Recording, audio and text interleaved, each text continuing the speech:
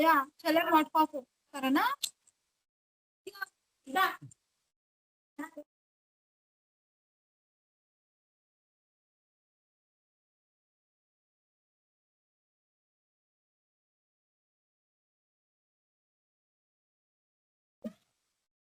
Swaraj brother prayer చేశాడు. Praise Lord brother. సప్నక్క మీరు పాట పాడండి అక్క. సప్నక్క మీరు పాట పాడండి. స్వరాజ్ బ్రదర్ ప్రేయర్ చేస్తాడు. అందరికీ ప్రైజ్ లార్డ్. మనము దేవుని మహిమ చేద్దాం, ప్రేయర్ లో పాల్గొందాం. దయచేసి ప్రతి ఒక్కరు కన్ను మూసుకోండి.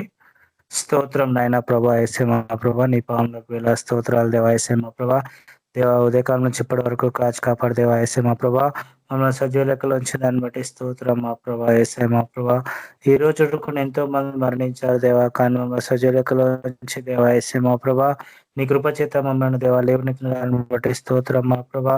దేవా యేసే మా ప్రభా, ఇంకెంతో మంది రాలేకున్నారు మా ప్రభా. ప్రతి ఒక్కరు నీ సన్నిధికి వచ్చేటకు సాయం దయచేయండి మా ప్రభా.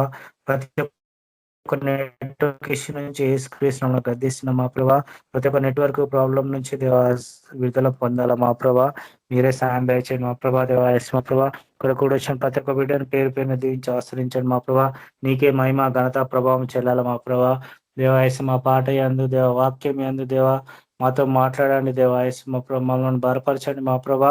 దేవా యేసు ఎటువంటి దేవా యేసు మా ప్రభా అసహ్యకార్యం ఉన్న దేవా, మీలో చెడు కార్యములను తీసివేయండి మా ప్రభా. యేసుక్రీస్తునామములో గద్దిస్తున్నాం మా ప్రభా. ప్రతి ఒక్కరు దేవ పరిశుద్ధంగా ఉండటకు సాయం దయచేయండి దేవా. మీరు పరిశుద్ధుడు కాబట్టి మేము కూడా పరిశుద్ధంగా ఉండాలి మా ప్రభా. దేవ మా కొరకు సిల్వలో కాశండి రక్తం ద్వారా దేవా యేసు మా ప్రభా మాకు పాప విమోచన చేసిన దాన్ని బట్టి నీకు వందన స్తోత్రాలు దేవా యేసు మా ప్రభా. దేవ మరొకసారి ప్రతి ఒక్కరు రావాలా మా ప్రభా. దేవా నీకు దేవ యేసు సన్నిధిలో దేవ ఇంత మంచి భాగ్యం మాకు ఇచ్చిన దాన్ని బట్టి స్తోత్రం మా ప్రభా. 2000 ఎపిసోడ్ కూడా అయిపోయింది మా ప్రభా. దేవాయస్మలో ఇంత ధన్యత మీరే నడిపించారు మా ప్రభా. నీకు ఆత్మచేత నడిపించండి మా ప్రభా. ప్రతి ఒక్కరు ఆత్మలో ఉండాలి మా ప్రభా. ఆత్మచేత నడిపించండి మా ప్రభా. బలపరచబడాలా మా ప్రభా. దేవ అందరినీ దేవాయస్ మా ప్రభా యేసుక్రీస్తునామములో బాప్తిసం తీయాలా మా ప్రభా. మేము దేవా ప్రతి ఒక్క వీధికి వెళ్ళి దేవా మేము సువార్త చాటింపు చేయాలి దేవా. కేబిపిఎంలో ఉన్న ప్రతి ఒక్క బ్రదర్ సిస్టర్ దేవాయస్ మా ప్రభా నీ కొరకై జీవించలాగా సాయం దయచేయండి మా ప్రభా. నీకే మహిమ ఘనత ప్రభావం చెల్లాల మా ప్రభా. మీరే తోడైంటారని దేవాయస్ మా ప్రభా. ఈ సన్నిధిలో అది నుంచి అంతం వరకు మాతో వహిస్తారని దేవా. ప్రతి ఒక్క పరిశుద్ధ శక్తితో నడిపిస్తారని త్వరగా రాబోతున్న యేసుక్రీస్తు పేడ వేడుకొచ్చున్నాం తండ్రి. ఆమేన్. Thank you sister. Praise Lord. అందరికీ ప్రైజ్ లార్డ్. ప్రైజ్ లార్డ్ అన్న. సప్నక్క మీరు పాట పాడండి అక్క.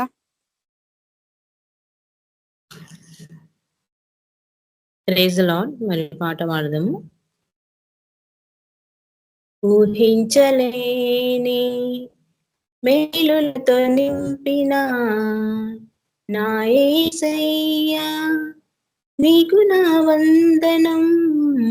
ఊహించలేని మేలులతో నింపిన నా యేసయ్యా నీకు నా వందనం. వర్ణించగలనా నీ కార్యముల్, వివరించగలనా నీ మేలులన్.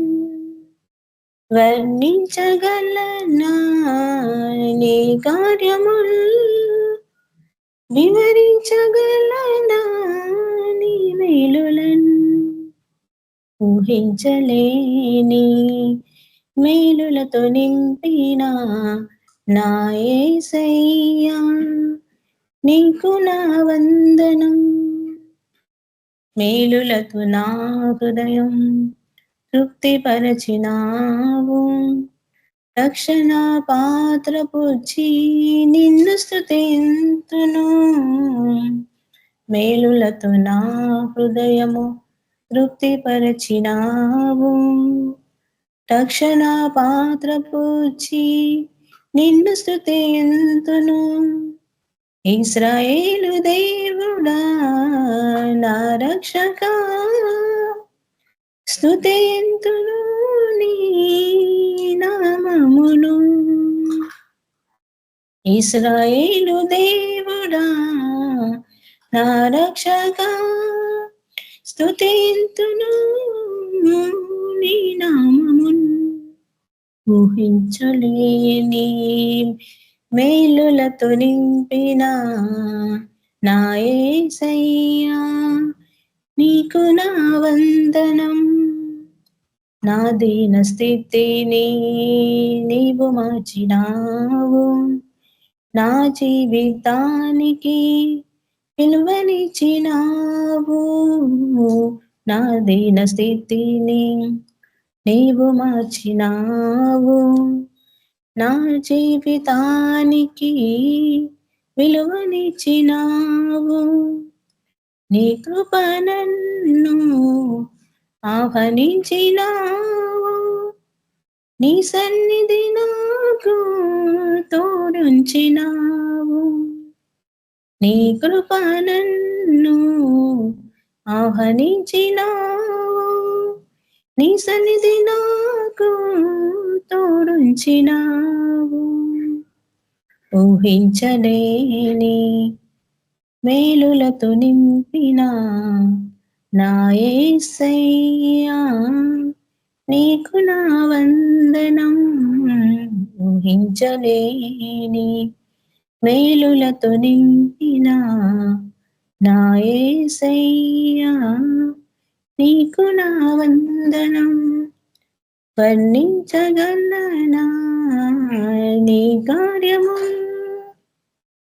వివరించగలనా నీ మేలులను, వర్ణించగలనా నీ కార్యములు, వివరించగలనా నీ మేలులను. ఊహించలేని మేలులతో నింపిన నా యేసయ్యా నీకు నా వందనం. Thank you sister. Praise the Lord. Thank you అక్క. Praise Lord. దిలీప్ బ్రదర్ వాక్యం అందిస్తాడు. Praise Lord brother. Sister praise Lord sister. మీరు వాక్యం అందించండి బ్రదర్. సరే సిస్టర్.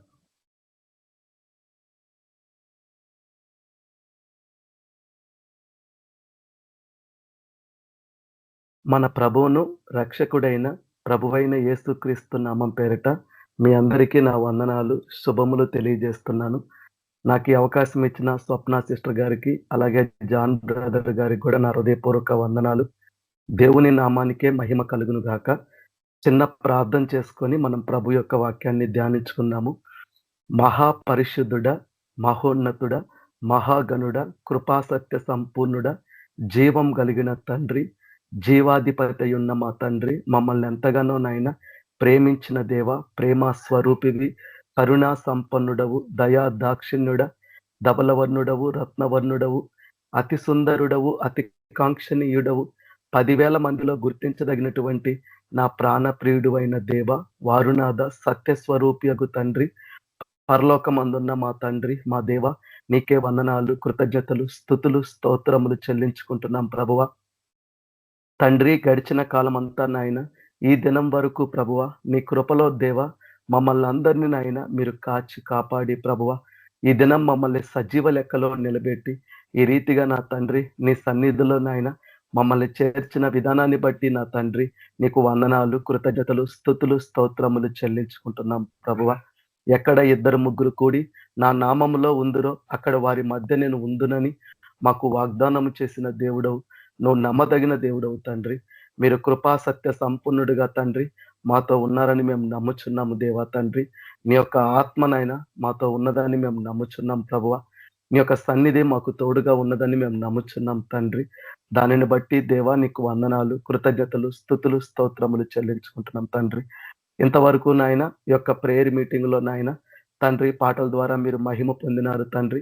ఇప్పుడు నీ యొక్క వాక్యమును ప్రభువ మేము ధ్యానించబోతుండగా తండ్రి ఎక్కడ కూడా ప్రభువ నాయన తండ్రి నా స్వనీతిని స్థాపించుకోకుండా, ఎక్కడ కూడా నా స్వబుద్ధిని ఆధారపడకుండా, ఎక్కడ కూడా ప్రభువ నా ఇష్టానుసారముగా నేను ఉండకుండా నాయన నా స్వకీ మహిమను వెతుక్కోకుండా నాయన నా కార్యము నేను చూసుకోకుండా తండ్రి నువ్వు ఏదైతే తండ్రి నాకు తెలియజేసినావో, ఏ విషయంలో అయితే నాయన నువ్వు నాకు బయలుపరిచినావో, ఏవైతే ఈ దినం నువ్వు ప్రకటించమన్నావో తండ్రి ఆ యొక్క వాక్యములను ప్రకటించుటకు ప్రభువ నీ యొక్క ఆత్మ నడిపింపు, ఆత్మ సహాయము నాకు దయచేయండి. అయ్యా, నా నోటికి నువ్వు తోడుగా ఉండండి. అయ్యా తండ్రి, నాయన మీరు తండ్రి మాతో మాట్లాడండి ప్రభువా. తండ్రి, మేము వినగలిగిన చెవులు, గ్రహించగలిగిన మనస్సు మాకు దయచేయండి.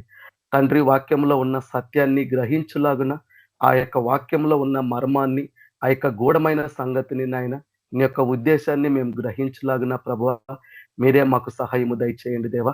సాత్వికముతో ప్రభువా, నీ యొక్క వాక్యాన్ని అంగీకరించే హృదయము నాయన మాకు దయచేయమని మేము ప్రార్థిస్తున్నాం తండ్రి. ఇదిగో తండ్రి, ఆది నుండి అంతం వరకు నాయన మీరు మాకు తోడుగా ఉండండి తండ్రి.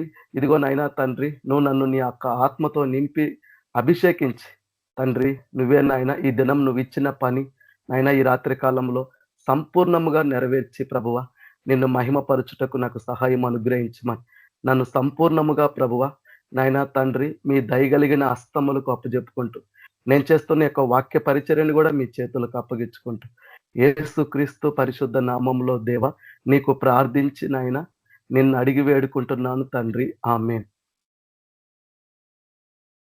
తిమోతికి రాసిన 2వ పత్రిక 1వ అధ్యాయము 7వ వచనము. తిమోతికి రాసిన 2వ పత్రిక 1వ అధ్యాయము 7వ వచనము. దేవుడు మనకు శక్తియు ప్రేమయు ఇంద్రియ నిగ్రహమును గల ఆత్మనే ఇచ్చెను గాని పిరికితనము గల ఆత్మనియ్యలేదు. కాబట్టి ఈరోజు ధ్యానించే అంశము ఇదే, భయము. అంటే ప్రతి ఒక్కరూ వాళ్ళ జీవితంలో వాళ్ళు కలిగి ఉన్న శ్రమను బట్టి కావచ్చు, లేదా వాళ్ళ జీవితంలో వాళ్ళకున్న బాధను బట్టి కావచ్చు, లేదా వాళ్ళ చుట్టూ ఉన్న పరిస్థితులను బట్టి కావచ్చు, అది అపాయము కానీ, ఆపద కానీ, ఎలాంటి శోధన కానీ, ఏదైనా కానీ ప్రతి ఒక్కరు జీవితంలో ప్రతి ఒక్కరికి ఈ భయం అనేది ఒక శత్రువులాగా వెంటాడుతుంది.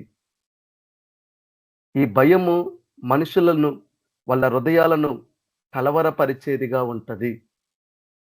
కాబట్టి ఈరోజు చెప్పబడే వాక్యము భయం. కాబట్టి ఎందుకు ఈ తిమోతికి రాసిన పత్రికలో అపోస్తులుడైన పౌలు తిమోతికి తెలియజేస్తున్నాడంటే, ఎలాంటి సందర్భంలో కానీ, మన జీవితంలో ఎలాంటి విషయంలో కానీ, మన జీవితంలో మన హృదయంలో భయము అనేది మనకు రాకూడదు. దేనిని బట్టి కూడా మన జీవితంలో మనం భయపడే వారిగా ఉండకూడదు. ఒక్కోసారి మన చుట్టూ పొంచి ఉన్న పరిస్థితులు మనల్ని కలవరపరిచే రీతిగా ఉన్నా, మనల్ని భయభ్రాంతులు చేసే రీతిగా ఉన్నా, లేదా ఆ పరిస్థితుల్లో ఎంతగానో మనల్ని కృంగదీసినా, నీవు మాత్రము నీలో ఉన్న ఆ ధైర్యాన్ని విడిచిపెట్టకూడదు. కాబట్టి దేవుడు మనకు ఇచ్చిన ఆత్మ శక్తియు ప్రేమయు ఇంద్రియ నిగ్రహము గల ఆత్మనే తప్ప పిరికితనము గల ఆత్మను దేవుడు మనకివ్వలేదు. ఎందుకంటే మన దేవుడు సమర్థుడు, ఆయన సర్వశక్తి గల దేవుడు. ఆయన నోటి మాటతోనే ఆకాశములు మహాకాశములు సృష్టించిన దేవుడు. ఆయన ఎంతో బలవంతుడు, పరాక్రమశాలి, ఆయన యుద్ధ వీరుడు, యుద్ధశూరుడు. ఆ దేవుడికి సమస్తము సాధ్యమే. కాబట్టి ఆ దేవుని ఆత్మను కలిగిన వారమై ఉన్న మనము, ఆ దేవుని యొక్క ఆత్మతో నింపబడిన మనము, ఆ దేవుని యొక్క ఆత్మ చేత నడిపించబడుతున్న మనము దేనిని బట్టి చూసి కూడా మన హృదయాలను కలవరపరుచుకోకూడదు. యేసుక్రీస్తు ప్రభు యోహాను సువార్త 14వ అధ్యాయంలో చెప్పిన మాట అదే, మీ హృదయములను కలవరపడనీయకుడి అన్నాడు. కాబట్టి ఎప్పుడు మన హృదయంలో కలవరం వస్తుంది? ఎప్పుడు మన జీవితంలో మనకి భయం వస్తుంది? ఎప్పుడైతే నీ జీవితంలో నీకు నీ హృదయంలో కలవరం వచ్చినప్పుడు, ఆ కలవరము నిన్ను భయపెట్టినప్పుడు మనిషి పిరికివాడైపోతాడు. మనుషులు పిరికి వాళ్ళు అయిపోతారు. ఎందుకంటే ఆ కలిగి ఉన్న ఆ కష్టము కానీ, ఆ శ్రమ కానీ, ఆ బాధ కానీ, ఆ శోధన కానీ, లేదా వాళ్ళు కలిగి ఉన్న పరిస్థితి కానీ మనుషులను ఆ రీతిగా భయభ్రాంతులకు గురి చేస్తుంది. కాబట్టి యేసుక్రీస్తు ప్రభు ఆ దోణి మీద, తన తలగడి మీద ఆయన నిద్రించుచున్నప్పుడు, శిష్యులు ఆ దోణిలో ఉన్నప్పుడు యేసుక్రీస్తు ప్రభు కూడా వారితో ఉన్నప్పుడు వాళ్ళు ప్రయాణమై వెళుతున్నప్పుడు ఆ సముద్ర మార్గంలో ఒక్కసారిగా గాలి పెను తుఫానులు వచ్చినాయి. మన ఆత్మీయ జీవితంలో దేవుని పట్ల మనం కలిగి ఉన్న విశ్వాసంలో ఈ యొక్క విశ్వాసం అనే యాత్రలో మనం ముందుకు కొనసాగినప్పుడు మనం గురికి గమ్యానికి చేరే ఈ మధ్యలో ఇలాంటి గాలి తుఫానులు మన జీవితంలో వస్తాయి. ఆనాడు శిష్యులు ఎప్పుడైతే ఆ గాలి తుఫాను తీవ్రత ఎక్కువయిందో, ఆ దోణిలోకి నీళ్లు రావడం ఎక్కువయిందో, ఆ గాలి తుఫాను తీవ్రత వల్ల ఆ యొక్క దోణ అటు ఇటు కదలాడడం ఎక్కువయిందో, శిష్యుల్లో వచ్చిన ఆలోచన ఏంటంటే మేము నశించిపోచున్నాము. కాబట్టే యేసుక్రీస్తు ప్రభు దగ్గరకు వచ్చి అడుగుతున్నారు, మేము నశించిపోచున్నాము, నీకు చింత లేదా? ఈరోజు ఒక్కోసారి మన జీవితంలో మనం కలిగి ఉన్న పరిస్థితులు దేవుని పట్ల అలానే ఆలోచన మనకు కలిగిస్తాయి. ఇంతగా నేను ఇబ్బంది పడుతున్నాను, ఇంతగా నా పరిస్థితులు నన్ను నిస్సహాయుడిగా చేస్తున్నాయి, ఇంతగా నేను చేసే ఏ ప్రయత్నమైనా అది వివాహం కావచ్చు, లేదా ఒక ఉద్యోగ ప్రయత్నం కావచ్చు, అది ఏదైనా సరే మనం ఎంతకాలము ఎదురు చూసేది, దాని పట్ల మనం కలిగి ఉండేది, అది మనకు కలగనప్పుడు దేవుని పట్ల వచ్చే ఆలోచనలు ఎలాంటివే? నీకు చింత లేదా అనే అనుమానం, అనే ఒక సందేహం, అనే ఒక అభ్యంతరము ఎప్పుడైతే మనలో కలుగుతుందో మనము భయములోనే జీవిస్తాము, మనము భయభ్రాంతులమవుతాము. అప్పుడు దేవుడు ఏమన్నాడు వాళ్ళతోటి? మీ విశ్వాసం ఎక్కడ అన్నాడు. మీరు ఇంకా నన్ను నమ్మిక ఉంచలేక ఉన్నారా అన్నాడు. చూడండి శిష్యుల పరిస్థితి ఎట్లా ఉంది. శిష్యులు చెప్పిన మాట నిజమే, గాలి తుఫానుల తీవ్రత ఎక్కువైన మాట నిజమే, ఆ దోణిలో ఉన్న వాళ్ళు అటు ఇటు కదిలించబడుతున్నారు, ఆ దోణె ఆ అలల చేత మునిగిపోయే పరిస్థితిలో వచ్చింది. వాళ్ళు చెప్పిన మాట నిజమే, కానీ వాళ్ళు మరిచిన సత్యం ఏంటంటే ఈ యొక్క పరిస్థితుల్లో మా దేవుడు మా పక్షమున మాకు తోడుగా ఉన్నాడు, ఆ దేవుడు సమర్థుడు, సమస్తము చేయగలవాడు అనే సంగతి వాళ్ళు మర్చిపోయినారు. యేసుక్రీస్తు ప్రభుని నమ్మిన వాళ్ళు, యేసుక్రీస్తు ప్రభుని వెంబడించిన వాళ్ళు, ఆయన కుంటివారిని, గుడ్డివారిని, మూగవారిని, చెవిటివారిని, పక్షవాయువు గల వారిని, చంద్రరోగులను, చనిపోయిన వారిని కూడా లేపిన దేవుడు, 5 రొట్టెలను 2 చేపలుగా మార్చిన దేవుడు, 5 రొట్టెలు 2 చేపలు 5,000 మందికి మార్చిన దేవుడు, నీళ్లను ద్రాక్షారసంగా మార్చిన దేవుడు, ఈ దేవుడు సమర్థుడు, సమస్తము చేయగలవాడు. అలాంటి దేవుడు మా పక్షాన ఉన్నప్పుడు, ఆ దేవుడు మాతో ఉన్నప్పుడు మాకేంది భయం అనే ఆ భయాన్ని వాళ్ళు ఛేదించుకోలేకపోయారు. కాబట్టే పిరికితనం వెంటాడింది.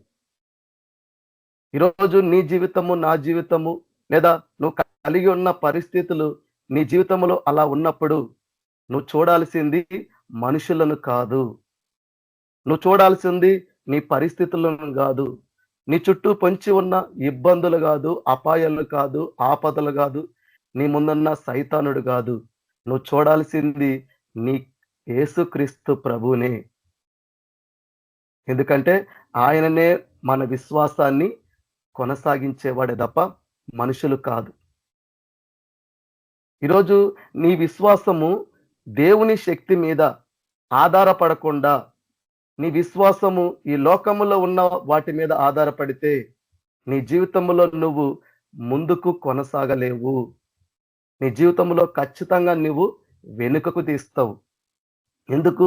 మనుషులు ఎవరు కూడా నమ్మదగిన వారు కాదు, దేవుడే నమ్మదగిన వాడు. కాబట్టే దేవుడు మనకు ఆశ్రయమును దుర్గమునై ఉన్నాడు.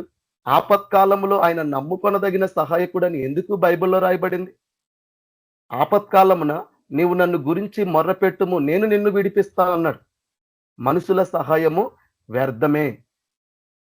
కాబట్టి ఎందుకు ఈ పిరిగితనము గల ఆత్మను దేవుడు మనకి ఇవ్వలేదు? కాబట్టి బైబిల్లో ఎవరు అలా పిరిగితనము కలిగినారు? వాళ్ళ పరిస్థితి ఎందుకు వాళ్ళని అలా పిరిగితనంలోకి నడిపించింది? వాళ్ళ ద్వారా ఈ రోజు నీ జీవితంలో నువ్వు ఏం నేర్చుకుంటున్నావు? దేవుని దగ్గరికి ఎందుకు వస్తున్నాము? యేసు ప్రభు ఏం చెప్పాడు? ప్రయాసపడి భారము మోసుకొనుచున్న సమస్త జనులారా నా యొద్దకు రాండి, నేను మీకు విశ్రాంతి కలిగిస్తా. అంటే దాని అర్థం ఏంది? నువ్వు కలిగి ఉన్న భారం ఎలాంటిదైనా దేవుడే నీకు విశ్రాంతినిచ్చువాడు. దేవుడే నీ జీవితంలో నీకు శాంతినిచ్చువాడు, సమాధానాన్ని ఇచ్చువాడు, నెమ్మదినిచ్చువాడు. ఆ దేవుడే నీకు సహాయకుడే తప్ప ఈ లోకంలో ఉన్న వాళ్ళు ఎవరు కాదు. కాబట్టి నా కాడి సులువుగాను తేలికగా ఉంటది కాబట్టి నా దగ్గరకు వచ్చని మీరు నేర్చుకోమన్నాడు. అంటే ఎందుకు వస్తున్నాము దేవుని దగ్గరికి? మనము నేర్చుకోవడానికి, దేవుని ద్వారా ఎన్నో విషయాలు మనం తెలుసుకోవడానికి. మన జీవితంలో ఏమన్నా దేవునికి ఆయాసకరమైనవి ఒకవేళ నాలో గాని మీలో గాని మనలో ఎవరిలో ఉన్నా అవి విడిచిపెట్టి ఆ దేవునికి మనము ఇష్టలుగా జీవించడానికి, ఆయనతో సహవాసములో ఉండి అన్యోన్యత కలిగి ఆ అన్యోన్యమైన సహవాసంలో మనం ఉండడానికి, ఆయన చిత్తాన్ని, ఆయన ఉద్దేశాన్ని, ఆయన యొక్క సంకల్పాన్ని మనము తెలుసుకోవడానికే దేవుని దగ్గరకు వస్తున్నాం.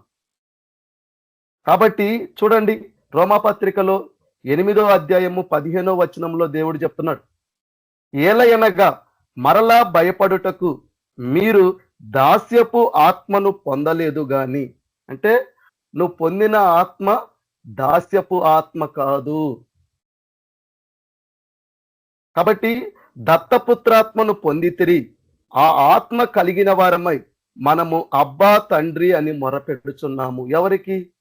మన తండ్రికి, మన కాపరికి. ఆయనే మంచి కాపరి, తన గొర్రెల కొరకు ప్రాణం పెట్టేవాడు. స్త్రీ తన గర్భమున పుట్టిన చంటి బిడ్డనైనా మరుచునేమో గాని మనల్ని ఎన్నడూ కూడా మరవని దేవుడు, మనల్ని ఎన్నడూ కూడా ఆయన విడువని దేవుడు, ఎడబాయని దేవుడు. ఆయన ఒక్కడే మనకు చాలినవాడు. ఆయనను బట్టి ఈరోజు నీ జీవితంలో నువ్వు ధైర్యంగా ఉండాల. ఆయనను బట్టే నీ జీవితంలో నువ్వు ధైర్యంగా ఉండాలే తప్ప మన పరిస్థితులను చూసి మనము కలత చెందేవారిగా, దిగులు పడేవారిగా, లేదా మన హృదయాలలో మనలో భయపడేవారిగా, భయగ్రాంతులుగా ఈరోజు నువ్వు జీవించకూడదు.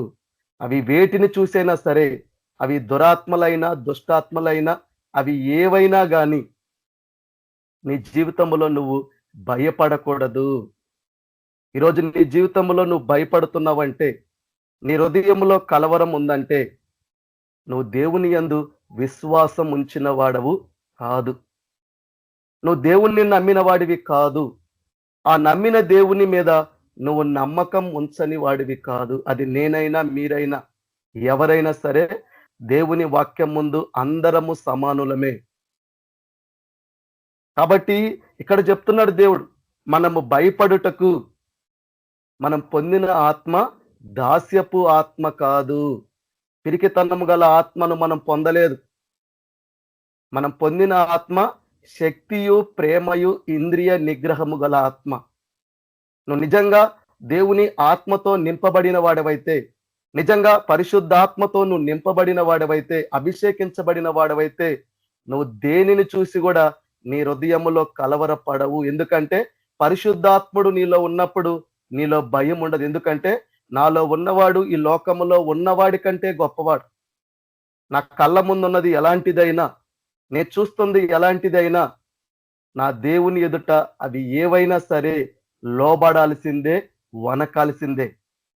ఎందుకు? ఆయన సర్వశక్తి గల దేవుడు కాబట్టి. కాబట్టి మనం పొందిన ఆత్మ తన కుమారుడైన యేసుక్రీస్తు ప్రభు ఆత్మ పొందిన మనం. ఆ ఆత్మను పొందిన మనము, ఆయన ఈ లోకాన్ని జయించినవాడు కాబట్టి ఈ లోకములో మీకు శ్రమ కలుగును అన్నాడు. శ్రమ కలిగినప్పుడు మీకు సమాధానం ఉండదు. సమాధానం లేదు కాబట్టి, మీలో నెమ్మది లేదు కాబట్టి, మీలో శాంతి లేదు కాబట్టి మీలో కలవరం వెంటాడుతుంది. కాబట్టే ఎక్కడ యేసుక్రీస్తు ప్రభువుని గురించి నేను చెబితే ఆయనతో పాటు ఉన్నవాడిని అంటే ఎక్కడ ఆయనకి వేసిన శిక్ష నాకేస్తారని పేతురు ఏం చేశాడు? ముమ్మార్లు దేవుణ్ణి ఎరగనన్నాడు. అంటే దాని అర్థం ఏంది? అభ్యంతరపడ్డాడు, దేవుని పట్ల అనుమానించాడు, సందేహించాడు. అదే పేతురు ఎప్పుడైతే ఆ పెంతుకోస్తు పండగ సమయం అప్పుడు ఆ యొక్క అగ్ని చేత అభిషేకించబడ్డ అతను, ఆ నామము కొరకు ఎన్ని అవమానాలైనా పొందుటకు మేము యోగ్యులమని ఎలా వచ్చింది ఆ ధైర్యం? అతనిలో ఉన్న ఆత్మ అలాంటి శక్తిని కలిగించింది. ఈరోజు నీలో ఉన్న ఆత్మ ఎలాంటి శక్తిని కలిగిస్తుంది? నిన్ను భయపెడుతుందా? లేదా నీ హృదయాన్ని కలవరపరుస్తుందా? లేదా నీ పరిస్థితులను బట్టి, నీ చుట్టూ ఉన్న అపాయాలను బట్టి నిన్ను భయభ్రాంతులకు గురి చేస్తుందా? నీలో ఉన్న విశ్వాసాన్ని పోగొట్టేలాగా ఉందా? అంటే నువ్వు ఈ ఆత్మను పొందలేదు. నీలో ఉన్న ఆత్మ పిరికితనము గల ఆత్మ. ఈరోజు నీలో పిరికితనం ఉండకూడదు. ఎందుకు? నీ దేవుడైన యెహోవా నీకు తోడుగా ఉన్నప్పుడు, నీ దేవుడైన యెహోవా నీ పక్షమునున్నప్పుడు, ఆయన నీ ముందు నడిచినప్పుడు, చూడండి దేవుడు ఏమన్నాడు? నా యందు విశ్వాసం ఉంచిన మీరు సమస్తము చేయగలరు అన్నారు. ఎందుకు ఈ మాట నేను చెప్తున్నాను అంటే, చూడండి రాజులు మొదటి గ్రంథము 19వ అధ్యాయము 1వ వచనము, ఏలియా చేసినదంతయు అతడు ఖడ్గము చేత ప్రవక్తలందరినీ చంపించిన సంగతియును ఆహాబు యెజబేలునకు తెలియజెప్పగా, యెజబేలు ఒక దూత చేత ఏలియాకు ఈ వర్తమానము పంపించెను, రేపు ఈ వేళకు నేను నీ ప్రాణమును వారిలో ఒకని ప్రాణమును వలె చేయని ఎడల దేవుడు నాకు గొప్ప అపాయము కలుగజేయునుగాక. కాబట్టి అతడు ఈ సమాచారము తెలుసుకొని లేచి తన ప్రాణమును కాపాడుకొనుటకై పోయి. అంటే అంతకుముందు ఆ బయలు ప్రవక్తలను నిర్మించినప్పుడు ఆ దేవుని పక్షానున్న ఆ రోషము ఎప్పుడైతే యెజబేలు మాట విన్నాడో పిరికితనం వచ్చేసింది. ఏలియా పొందిన ఆత్మ ఎలాంటిది? ఎలాంటి ఆత్మతో ఏలియా అభిషేకించబడ్డాడు? చనిపోయిన ఆ బాలుడు, ఆ విధవరాలు కుమారుణ్ణి కూడా తన ప్రార్థన ద్వారా బ్రతికించిన ఏలియా, అదే ఈ యెజబేలు మాట విన్న ఆయనకి హృదయంలో కలవరం వచ్చేసింది, భయం వచ్చేసింది, పిరికితనం అంటూ వచ్చేసింది. ఈరోజు నువ్వు ఎవరి మాటలు వింటున్నావు? నీ చుట్టూ ఉన్న పరిస్థితులు చూస్తే నువ్వు పడిపోతావు, నీకు భయం వెంటాడుతుంది, నీలో కలవరం వెంటాడుతుంది. ఆ భయము, ఆ కలవరము నిన్ను ఒక పిరికివాడిగా, ఒక పిరికిదానిగా మారుస్తుంది. నువ్వు లేచి నిలబడలేవు, లేచి ప్రభు పక్షాన నువ్వు నిలబడలేవు. ఏలియా లాంటి అభిషేకించిన వాడే, దేవుని ఆత్మతో అభిషేకించబడిన వాడే, అగ్నితో నింపబడిన వాడే ఒక్క యెజబేలు మాట తన హృదయాన్ని కలవరపరిచింది. తనలో ప్రాణ భయము తనకి వెంటాడింది. ఈరోజు నీ జీవితంలో ప్రాణ భయాన్ని బట్టి నువ్వు విచారిస్తున్నావా? లేదా నీ శరీరంలో ఉన్న అనారోగ్యాన్ని బట్టి నువ్వు విచారిస్తున్నావా? లేదా నీకున్న పరిస్థితులు బట్టి నువ్వు విచారిస్తున్నావా? దేన్ని బట్టి నువ్వు విచారిస్తే, దేన్ని బట్టి, ఎవరి మాటలను బట్టి నువ్వు వింటే యేసుక్రీస్తు ప్రభుని మనము చూడలేము. అలా చూడలేనప్పుడు మనము ముందుకు నడవలేము. చాలు, నా జీవితం ఇంతే అనుకుంటారు. అలానే ఉన్నాడు ఏలియా. ఎందుకు అంత భయం ఆయనలో వచ్చేసింది? ఎందుకు ఆయనలో పిరికితనం వచ్చిందంటే ప్రాణ భయం వెంటాడింది యెజబేలు మాటలు. అంతమంది 40,000 మంది ఆ బయలు ప్రవక్తల కన్నా ఆ యెజబేలు ఏమన్నా గొప్పదా? చెప్పండి. చనిపోయిన బాలుడి యొక్క ప్రాణాన్ని బ్రతికించిన వాడికి తన ప్రాణమును దేవుని దగ్గర, లేదా మరణము తప్పించుట ప్రభువైన యెహోవా వశము. అదే కదా మనం యోబు గ్రంథంలో చూస్తాము. అతని ప్రాణమును తప్ప నువ్వు ఏదైనా చేయమన్నాడు దేవుడు. చూడండి, ఈరోజు నీ జీవితంలో నీకు మరణ భయం ఉందేమో, లేదా ఈరోజు నీ పరిస్థితులను బట్టి నువ్వు భయపడుతున్నావేమో. పరిస్థితులను చూడబాకు, యేసుక్రీస్తు ప్రభుని చూడమంటున్నాడు దేవుడు. నీ పరిస్థితులను బట్టి మనుషులను చూడబాకు, యేసుక్రీస్తు ప్రభుని చూడమంటున్నాడు. నీకు శ్రమ వస్తే, కష్టం వస్తే, బాధ వస్తే, ఇబ్బంది వస్తే, అవసరం వస్తే అడగాల్సిన వాడు, మొదట చూడవలసిన వాడు, కనిపెట్టుకోవలసిన వాడు దేవుడు తప్ప ఏ మనుష్యుడు కాదు. ఎందుకంటే వాళ్ళలో ఉండి కూడా చేసేది దేవుడే. కానీ నీ విశ్వాసం ఎక్కడుంది? మనుషుల దగ్గర ఉందా? ఈరోజు నీ విశ్వాసం ఎక్కడుంది? పలాని చోటుకి వెళితే నేను బాగుపడతానుందా? చెప్పండి. ఆ బాల్యం నుండి దయ్యం పట్టిన వాడు, వాడి తండ్రి మొదట శిష్యుల దగ్గరికి వెళ్ళాడు. ఏమన్నా బాగుపడ్డా? చివరికి యేసుక్రీస్తు ప్రభు దగ్గరకు వస్తే బాగుపడ్డాడు. ఈరోజు నువ్వు బాగుపడాలా, దేవుని ద్వారా మేలు పొందుకోవాలా, లేదా నీ పరిస్థితులను బట్టి నువ్వు సహాయం పొందుకోవాలంటే దేవుడు తప్ప వేరొక్కడు లేడు. మనుషులందరూ కపటదారులు, నటించేవాళ్ళు, వంచేవాళ్ళు, స్వార్థంతో ఉండేవాళ్ళు, లేదా నీ పరిస్థితిని బట్టి చూసి నిన్ను హేళన చేసి అవమానపరిచేవారే తప్ప యేసుక్రీస్తు ప్రభు లాంటి ప్రేమ చూపించేవాడు ఒక్కడు లేడు. ఎందుకంటే అక్రమం విస్తరిస్తే అనేకుల్లో ప్రేమ చల్లారుతుంది. ఈరోజు లేదు ఆ ప్రేమ. కాబట్టి తను ప్రార్థన చేస్తున్నాడు.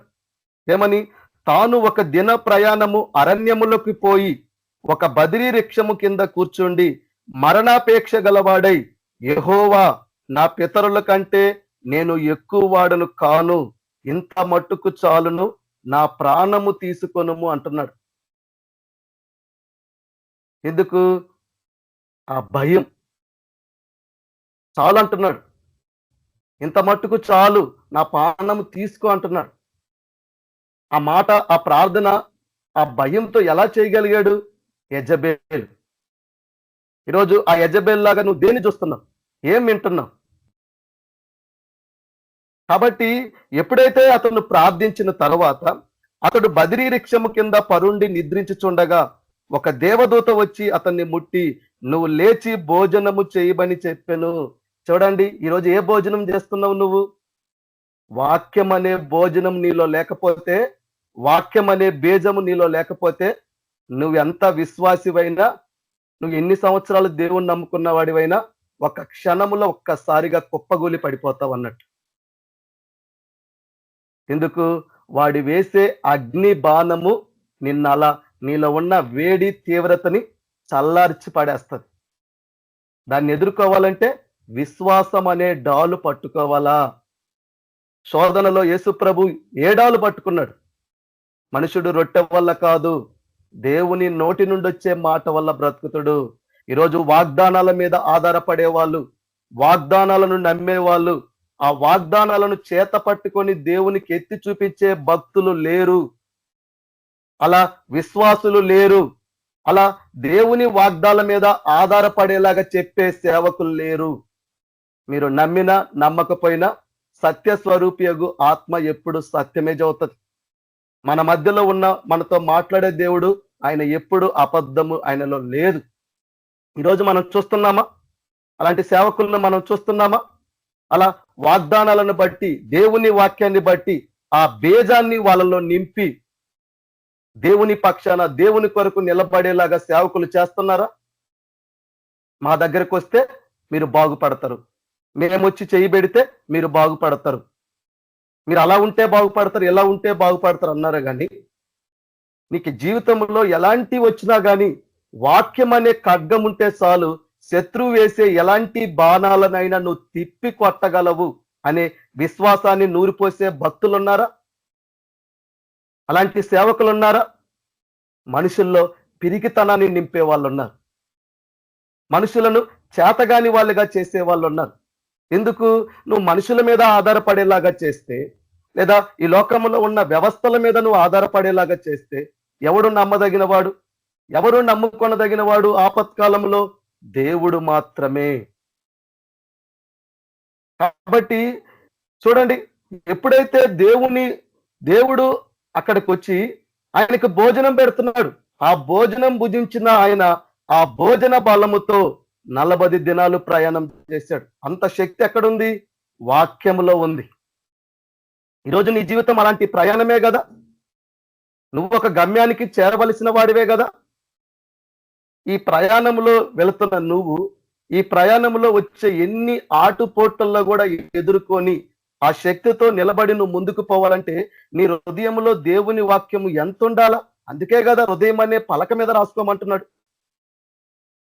ఈరోజు నువ్వు ఎక్కడ రాసుకుంటున్నావు? ఎందుకంటే మనుషులు ఈరోజు వాగ్దానాల మీద, దేవుని మీద ఆధారపడడము క్రమక్రమేణా విశ్వాసుల్లో పోతుంది. ప్రలోభాలకు లోబడిపోతున్నారు, గారిడీలకు లోబడిపోతున్నారు, మనుషుల వైపు చూస్తున్నారు. ఆకాశం అందున్న ఆ ఆసీనుడైన దేవుని తట్టు కన్నులెత్తి చూసేవాళ్ళు లేరు. ప్రార్థనలు చెయ్యొచ్చు, కానీ నీ గురి ఎవరు ఉండాలా? దేవుడే కదా. చూడండి, ఏలియా లాంటి అభిషేకించబడ్డవాడు, అంత బలమైన ఆత్మ కలిగిన వాడు తన జీవితంలో ఒకానొక సందర్భాన్ని బట్టి తనలో భయగ్రాంతుడయ్యాడు. ఏలియా కంటే ఇక్కడ ఉన్న వాళ్ళు ఎవరు గొప్ప వాళ్ళము కాదు. అంతకంటే దేవుని పట్ల రోషము పౌరుషం గలవారము మనలో ఎవరు లేవు. అలాంటి విశ్వాసి, అలాంటి దేవుణ్ణి నమ్మిన వ్యక్తి, దేవుని కొరకు సాక్షిగా ఉన్న వ్యక్తి తన జీవితంలో ఒకానొక సందర్భంలో ఇలాంటి ప్రార్థన చేస్తున్నాడు. కానీ దేవుడు ఆమోదించిండా? మరణము తప్పించుట అది ఆయన వశము. అందుకు మరణ భయము, జీవిత కాలం అంతా మనకున్న మరణ భయాలు తొలగించిండు దేవుడు. మరణకరమైనది నువ్వు తాగినా కూడా నీకు హాని చేయదన్నాడు. అలాంటిది ఏది ఈరోజు మనకి హాని చేస్తుంది? నువ్వు నమ్మితే, నేను నమ్మితే సమస్తము సాధ్యమే అని చెప్పిన దేవుడు అబద్ధికుడా? నీ జీవితంలో నువ్వు దేవుణ్ణి నమ్మగలిగితే నువ్వు దేవుని మహిమను చూస్తావని మనకు వాగ్దానం చేసిన వాడు అబద్ధికుడా? చెప్పండి. కాబట్టి నీ జీవితంలో దేన్ని బట్టి కూడా నువ్వు భయపడే వ్యక్తిగా నువ్వు ఉండొద్దు. భయపడితే మనం ఏం చేయలేము, నిస్సహాయులుగా ఉండిపోతాం, ఇంకొకరి మీద ఆధారపడతాము. కానీ నువ్వు నీ మీదనే ఆధారపడాలా, నువ్వు నమ్మిన దేవుని మీదే ఆధారపడాలా. నువ్వు ముందుకు సాగాలే తప్ప మనుషుల వైపు చూడబాకు. రారు, నీకున్న ఆ పరిస్థితి వాళ్ళు అర్థం చేసుకోరు. అలా అర్థం చేసుకొని వాళ్ళ దగ్గరికి, వాళ్ళ వైపు నీ గురి ఎందుకు ఉండాలా? వారి తట్టు నీ కన్నులెత్తి చూడాలా? అదే కదా, నా కన్నులెత్తుచున్నాను కొండల తట్టు, సహాయం ఎక్కడి నుండి వస్తుంది? భూమి ఆకాశములను సృజించిన యెహోవా వలనే, దేవుని వలనే. దేవుని సహాయం ఉంటే ఏదైనా మనము జయించగలము. అలా జయించిన వాని ఆత్మను పొందిన మనము మరలా ఎట్లా భయం పడతాము? భయపడుటకు నువ్వు దాసపు ఆత్మను పొందలేదు కదా, దత్తపుత్ర ఆత్మని పొందావు. నువ్వు దేవుని ఆత్మతో నింపబడిన వాడవు, దేవుని ఆత్మ చేత అభిషేకించబడిన వాడవు. కాబట్టి నీ జీవితంలో భయము రావద్దు. చూడండి, 2వ వాక్యము, సంఖ్యాకాండము 14వ అధ్యాయము 1వ వచనము. ఆ సర్వ సమాజము ఎలుగెత్తి కేకలు వేసెను, ప్రజలు ఆ రాత్రి ఎలుగెత్తి ఏడ్చిరి.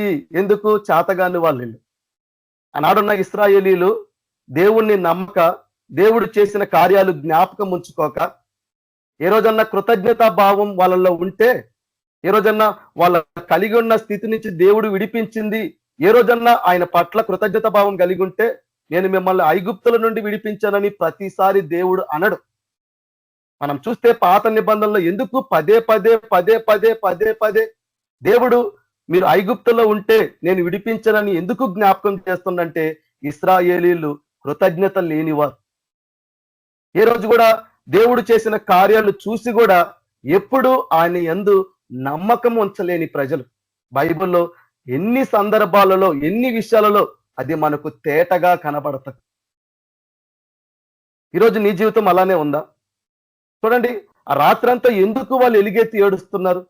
ఎందుకు ఆ యొక్క ఇశ్రాయేలీల సర్వ సమాజం అంతా ఆ రాత్రంతా ఎలుగెత్తి ఏడుస్తున్నారంటే, చూడండి, సంఖ్యాకాండము 13వ అధ్యాయము, సంఖ్యాకాండము 14వ అధ్యాయము కాదు, సంఖ్యాకాండము 13వ అధ్యాయము 31వ వచనంలో, అయితే అతనితో కూడా పోయిన ఆ మనుషులు, ఆ జనులు మనకంటే బలవంతులు, మనము వారి మీదకి పోజాలమనిరి, మరియు వారు తమ సంచరించి చుంచిన దేశమును గురించి ఇశ్రాయేలీలతో చెడ్డ సమాచారము చెప్పి, మేము సంచరించి చూచిన దేశము తన నివాసులను భక్షించు దేశము, దానిలో మాకు కనబడిన జనులందరూ ఉన్నత దేవులు.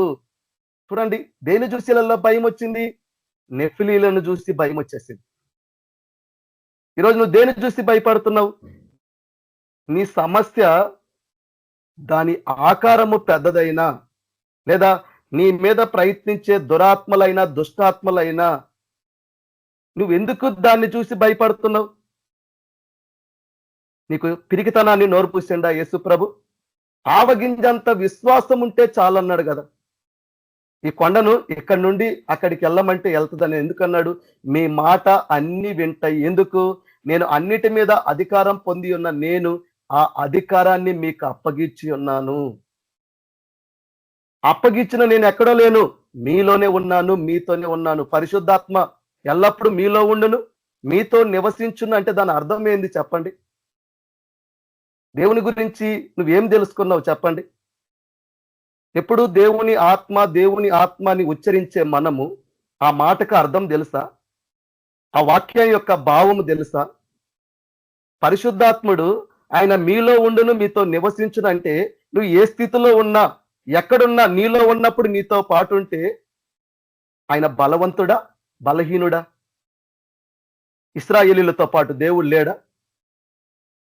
కానీ దేవుడు మా పక్షాన లేడు, దేవుడు మాతో లేడు. ఎట్లయితే శిష్యులు ఆ గాలి తుఫానును చూసి వాళ్ళతో పాటు దేవుడున్నా ఆ దేవుణ్ణి చూడకుండా గాలి తుఫాన్ని చూసి ఎట్లయితే భయభ్రాంతులయ్యి, అయ్యా మేము నశించిపోతున్నాం అయ్యా నీకు చింత లేదన్నట్టు వీళ్ళు చూసింది ఎవరిని తెలుసా? నెఫిలీలను. దేవుడు కనపడలేదు. ఈరోజు నువ్వు దేన్ని చూస్తే దేవుడు కనిపిస్తాడా? నీలో ఉన్నవాడు ఈ లోకంలో ఉన్నవాడి కంటే గొప్పవాడు. ఆయన బలవంతుడు, యుద్ధ వీరుడు, యుద్ధశూరుడు, పరాక్రమశాలి, సైన్యాలను జయించే దేవుడు. దేవుడు నీ పక్షాన ఉన్నప్పుడు, నీతో ఉన్నప్పుడు నువ్వు బలవంతుడివే కదా, నువ్వు బలవంతురాలువే కదా. చెప్పండి. ఆనాడు ఆ నెఫిలీల రూపము పెద్దదే కావచ్చు, వాళ్ళు ఉన్నత దేవులే కావచ్చు, వాళ్ళ ఆకారం ఎలాంటిదైనా మనం చూడాల్సింది వాళ్ళ ఆకారాన్నో వాళ్ళ రూపాన్ని కాదు, మనము చూడాల్సింది వాళ్ళ ఆకారం కన్నా, వాళ్ళ ఎత్తు కన్నా ఆకాశమందున్న ఆ దేవుడి వైపు చూడాలా. వీళ్ళు పిచ్చుకుల్లాగా ఉంటారు ఆయన ఎదుట. ఈరోజు నీ జీవితంలో దేవుణ్ణి చూస్తే నీ ముందు ఏమున్నా సరే నువ్వు లెక్క చెయ్యవు. నువ్వు ఎలాంటి స్థితిలో ఉన్నా నువ్వు భయపడవు. నీ పరిస్థితుల్లో ఎలాంటివైనా నువ్వు నిరుత్సాహపడవు, అధైర్యపడవు, కృంగిపోవు, ఎక్కడ కూడా నువ్వు అభ్యంతర పడవు. అదే నీతిమంతుడు విశ్వాసం మూలంగా జీవించడం అంటే. చూడండి, కాబట్టి వాళ్ళ దృష్టికి ఇశ్రాయేలీయులు ఎలా కనబడుతున్నారు? పిచ్చుకల్లాగా కనబడుతున్నారు. ఎందుకు? వాళ్ళ ఆకారం పెద్దదే, వాళ్ళ రూపం పెద్దదే. కానీ ఈయన ఎలా ఉన్నాడు? ఆకాశము ఆయన సింహాసనము, భూమి ఆయన పాదపీఠము. ఎవరు ఇప్పుడు బలవంతులు? ఇప్పుడు ఎవరి ఆకారం పెద్దదిగా ఉంది? చూడండి, ఆ రూపాన్ని చూసిన వీళ్ళు ఎక్కడ వాళ్ళతో మేము పోరాడాలా, వాళ్ళతో పోరాడాలంటే మేము పిచ్చుకులమే, మమ్మల్ని నలిపి పడేస్తారు, వాళ్ళ చేతుల్లో మేము కత్తివాత పడతాము అని అనుకొని భయపడి అక్కడ దాకా నడిపించిన దేవుణ్ణి మరిచి, అక్కడ దాకా దేవుడు చేసిన కార్యాలు మరిచి వాళ్ళు ఏం మాట్లాడుతున్నారో చూడండి. ఆ సర్వ సమాజము, అయ్యో ఐగుప్తులో మేమెలా చావలేదు, ఈ అరణ్యమందు మేమెలా చావలేదు, మేము కత్తివాత పడునట్లు యెహోవా మమ్మను ఈ దేశములోనికి ఎలా తీసుకొని వచ్చను. నువ్వు చేతగాని వాడివో, లేదా నేను చేతగాని వాడినో, లేదా నువ్వు చేతగాని దానివో, ఈ లోకంలో ఉన్న దేవుని భక్తులు, విశ్వాసులు చేతగాని వాళ్ళు కావచ్చు, కానీ దేవుడు మాత్రము సమర్థుడే, ఆయన శక్తిమంతుడే. ఎందుకు? ఈనాడున్న క్రైస్తవుల్లో అసమర్థత, అవిశ్వాసము, అపనమ్మకము, అధైర్యము కలిగి ఉన్నారు. అందుకు దేవుడి కార్యాన్ని, దేవుని మహిమను, దేవుని యొక్క ప్రభావాన్ని వాళ్ళు చూడలేని వారిగా ఉన్నారు. చూసిన వాళ్ళు, ధైర్యంగా నిలబడ్డ వాళ్ళు ఎలా ఉన్నారో బైబిల్లో మనం చూడలేదా? గత వారంలో దేవుడు మాట్లాడినప్పుడు ఎక్కడ అయింది? ఈరోజు ఆ పౌరుషం ఎక్కడ పోయింది? ఆ రోషం ఎక్కడ పోయింది? నీ దేవుడు పౌరుషం గలవాడు కాదా? నీ దేవుడు రోషం గలవాడు కాదా? నీ దేవుడు యుద్ధ వీరుడు కాదా? యుద్ధ సూర్యుడు కాదా? ఆయన ఏదైతే చేయగల సమర్థుడు అన్నప్పుడు ఆ దేవుని బట్టి విశ్వాసిగా ఉండాల్సిన నువ్వు ఎందుకు ఈరోజు దేని చూసి భయపడుతున్నావు? దేని చూసి నీ హృదయంలో కలవరం తెచ్చుకుంటున్నావు? దేని విషయంలో నీ జీవితంలో నువ్వు అనుమానించి అభ్యంతర పడుతున్నావు? దేవుడు చెప్తున్నాడు, నన్ను చూడడము నువ్వు నేర్చుకో, నన్ను చూసి నడవడము నువ్వు నేర్చుకో. అప్పుడు ఓపికతో ఓర్పుతో వస్తావు నువ్వు గమ్యానికి. లేకపోతే వెనుకకు తీస్తావు. అనేకులు అభ్యంతరపడి ఒకరిని ఒకడు అప్పగించుకుంటారు. అంతము వరకు సహించే భక్తులు విశ్వాసులు ఉండరు. ఎందుకు? మనుష్య కుమారుడు భూమి మీదకి వచ్చినప్పుడు విశ్వాసము కనుగొనున అని చెప్పిన దేవుడు అబద్ధికుడా? ఆయన మాటలో అబద్ధం ఉందా? నిన్న నేడు ఒకటే రీతిగా ఉన్నవాడు, వర్తమాన భూత భవిష్యత్ కాలంలో ఉన్న దేవుడు. ఆయన సత్యమే చెబుతాడు, నిజమే చెబుతాడు. ఈరోజు నీ విశ్వాసం ఎక్కడుంది? ఈరోజు నీ జీవితంలో నువ్వెలా జీవిస్తున్నావు? భయంతో బతుకుతున్నావా? దిగులుతో బతుకుతున్నావా? హృదయంలో కలవరాలతో నిద్రపోతున్నావా? లేదా నువ్వు నమ్మిన దేవుణ్ణి బట్టి ధైర్యంగా నువ్వు నిద్రపోతున్నావా? ఆ దేవుణ్ణి బట్టి ధైర్యంగా నిద్రపోతే ఏది కూడా నిన్ను ముట్టలేదు. ఎందుకంటే ఇశ్రాయేలులను కాపాడువాడు కునుకడు, నిద్రపోడు. నీ పక్కన 1000 మంది పడినా, నీ కుడి పక్కన 10,000 మంది పడినా అపాయము నీ వద్దకు రాదన్నాడు. చీకటిలో సంచరించు తెగులుకైనా, మధ్యాహ్నమందు పాడుచోయి రోగముకైనను నీవు భయపడకుందు అన్నాడు. గాఢాంధకారపు లోయలో నేను నడిచినను నేను భయపడను అన్నాడు. 10,000 మంది దండెత్తి నా మీదకి వచ్చినా నేను భయపడను. అవి దెయ్యాలు కావచ్చు, దురాత్మలు కావచ్చు, అవి ప్రధానులు కావచ్చు, లోకనాథులు కావచ్చు. అవి ఏవైనా సరే వాటి అధిపతి అయిన సాతానుడే దేవుడు నా కాళ్ళ కింద తొక్కిస్తే ఇవి ఎంత చెప్పండి? చెప్పండి. సాతానుడినే దేవుడు నీ కాళ్ళ కింద పెట్టినప్పుడు నువ్వు తొక్కలేక ఈరోజు నీలో ఉన్న పిరికితనాన్ని బట్టి, నీలో ఉన్న భయాన్ని బట్టి, నీ అవిశ్వాసాన్ని బట్టి, నువ్వు కలిగి ఉన్న అపనమ్మకాన్ని బట్టి దేవుని వాక్యాన్ని, దేవుని మాటను, దేవుని ఆత్మను కలిగి ఉన్న నువ్వు వాటన్నిటినీ మరిచిపోయి ఈరోజు భయక్రాంతుడుగా పిరికివాడివిగా ఉన్నావు. కాబట్టి సాతానుడు వాడి పాదం వేసి నీ మీద దొక్కుతున్నాడు. వాడికి ఆ అధికారం ఎలా వచ్చింది? ఆ శక్తి ఎక్కడొచ్చింది? నీలో ఉన్న బలహీనత వల్లే కదా. యేసు ప్రభుని చూసిన పేతురు ఎందుకు పడిపోయాడు, మునిగిపోబోయాడు? గాలి తుఫాన్ని చూడబట్టే కదా. ఈరోజు నీ పరిస్థితులు నువ్వు ఎందుకు చూడాలా? నీ చుట్టూ ఉన్న అపాయాలు ఎందుకు చూడాలా? లేదా నీ చుట్టూ ఉన్న ఆపదలు ఎందుకు చూడాలా? యేసుక్రీస్తు ప్రభుని చూసి నడవడం నేర్చుకోవాలా మనం. నమ్ముతున్నాము, అందరూ నమ్ముతున్నారు, లోకంలో ఎంతో మంది నమ్ముతున్నారు. అందరి పట్ల దేవునికి ఇష్టం ఉందా? చెప్పండి. అందరి పట్ల దేవునికి ఇష్టం ఉందా? నిజంగా నువ్వు దేవుని మీద ఆధారపడుతున్నావా, మనుషుల మీద ఆధారపడుతున్నావా? చూడండి. కాబట్టి వాళ్ళు అంటున్నారు, వారు మనం ఒక నాయకుణ్ణి నియమించుకొని ఐగుప్తునకు తిరిగి వెళ్ళుదామని ఒకనితో ఒకడు చెప్పుకొనగా మోషే అహరోనులు ఇశ్రాయేలీయుల సర్వ సమాజము ఎదుట సాగిలపడిరి. అప్పుడు దేశమును సంచరించి చూచిన వారిలో నుండిన నూను కుమారుడగు యెహోషువయు, యెఫున్నె కుమారుడైన కాలేబును బట్టలు చించుకున్నారు. ఎందుకు? ఇంత అవిశ్వాసమా, ఇంత పాపమా, ఇంత తిరుగుబాట? అందుకు తోమా, నువ్వు అవిశ్వాసిగా ఉండొద్దు, నా ఎదుట విశ్వాసివై ఉండమన్నాడు. ఈరోజు వెనుకకు తీసిన వాళ్ళందరూ దేవునికి తిరుగుబాటు చేస్తున్నారు. సందేహించిన వాళ్ళు, మాటలతో దేవుణ్ణి సనిగిన వాళ్ళు, దేవుని మీద అభ్యంతరం కలిగిన మనం ఎవరము కూడా దేవుణ్ణి సంతోషపరిచిన వారము కాము. ఇది నువ్వు గెలుచుకోవాలా. ఎందుకంటే నువ్వు పాటలు పాడొచ్చు, సేవ చేయొచ్చు, నేను చేయొచ్చు, నువ్వు చేయొచ్చు, ఎవరిమైనా చేయొచ్చు. కానీ నీ జీవితంలో నువ్వు దేనిని గురించి కూడా నీ హృదయంలో కలవర పడకూడదు, నువ్వు భయపడకూడదు. జయించేవాడిగా, జయించే దానిగా ఉండాలని దేవుడు చెప్తున్నారు. కాబట్టే మీకు శ్రమ కలిగిన ధైర్యంగా ఉండండి. నేను లోకాన్ని జయించానంటే దాని అర్థం ఏంది? నా ఆత్మను పొందిన మీరెట్లా పిరికి వాళ్ళు అవుతారు? నా ఆత్మను పొందుకున్న మీరెట్లా బలహీనులు అవుతారు? నా ఆత్మ మీకు పిరికితనాన్ని ఇవ్వలేదే, నేను మీకు పిరికితనాన్ని నింపలేదే, మీకు అవిశ్వాసాన్ని నూరిపోయలేదే.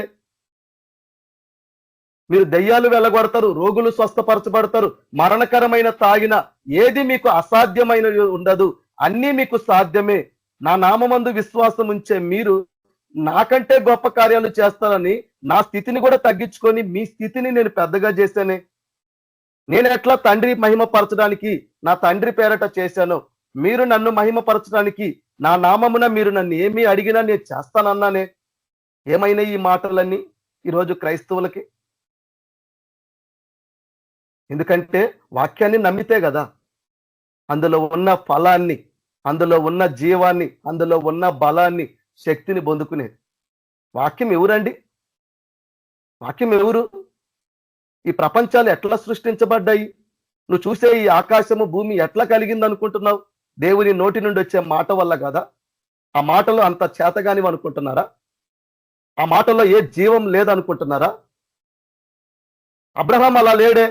వాగ్దానం చేసిన దేవుడు దాన్ని నెరవేర్చుటకు సమర్థుడని విశ్వాసమునందు బలహీనుడు గాక ఆ వాగ్దానాన్ని బట్టి బలవంతుడయ్యాడు. తన స్థితిని చూసుకోలేదు. ఈరోజు ఎక్కడుంది మనలో అలాంటి విశ్వాసము? ఎక్కడుంది ఆయన ఇచ్చిన ఆ అమూల్యమైన వాగ్దానాలు, ఆ అత్యధికమైన వాగ్దానాలను స్వతంత్రించుకునే జీవితం, దాని ఫలాన్ని పొందుకునే జీవితం? ఇందులో ఏమి లేకపోతే ఇక్కడ నువ్వు నేను కూర్చోవలసిన అవసరం లేదు కదా.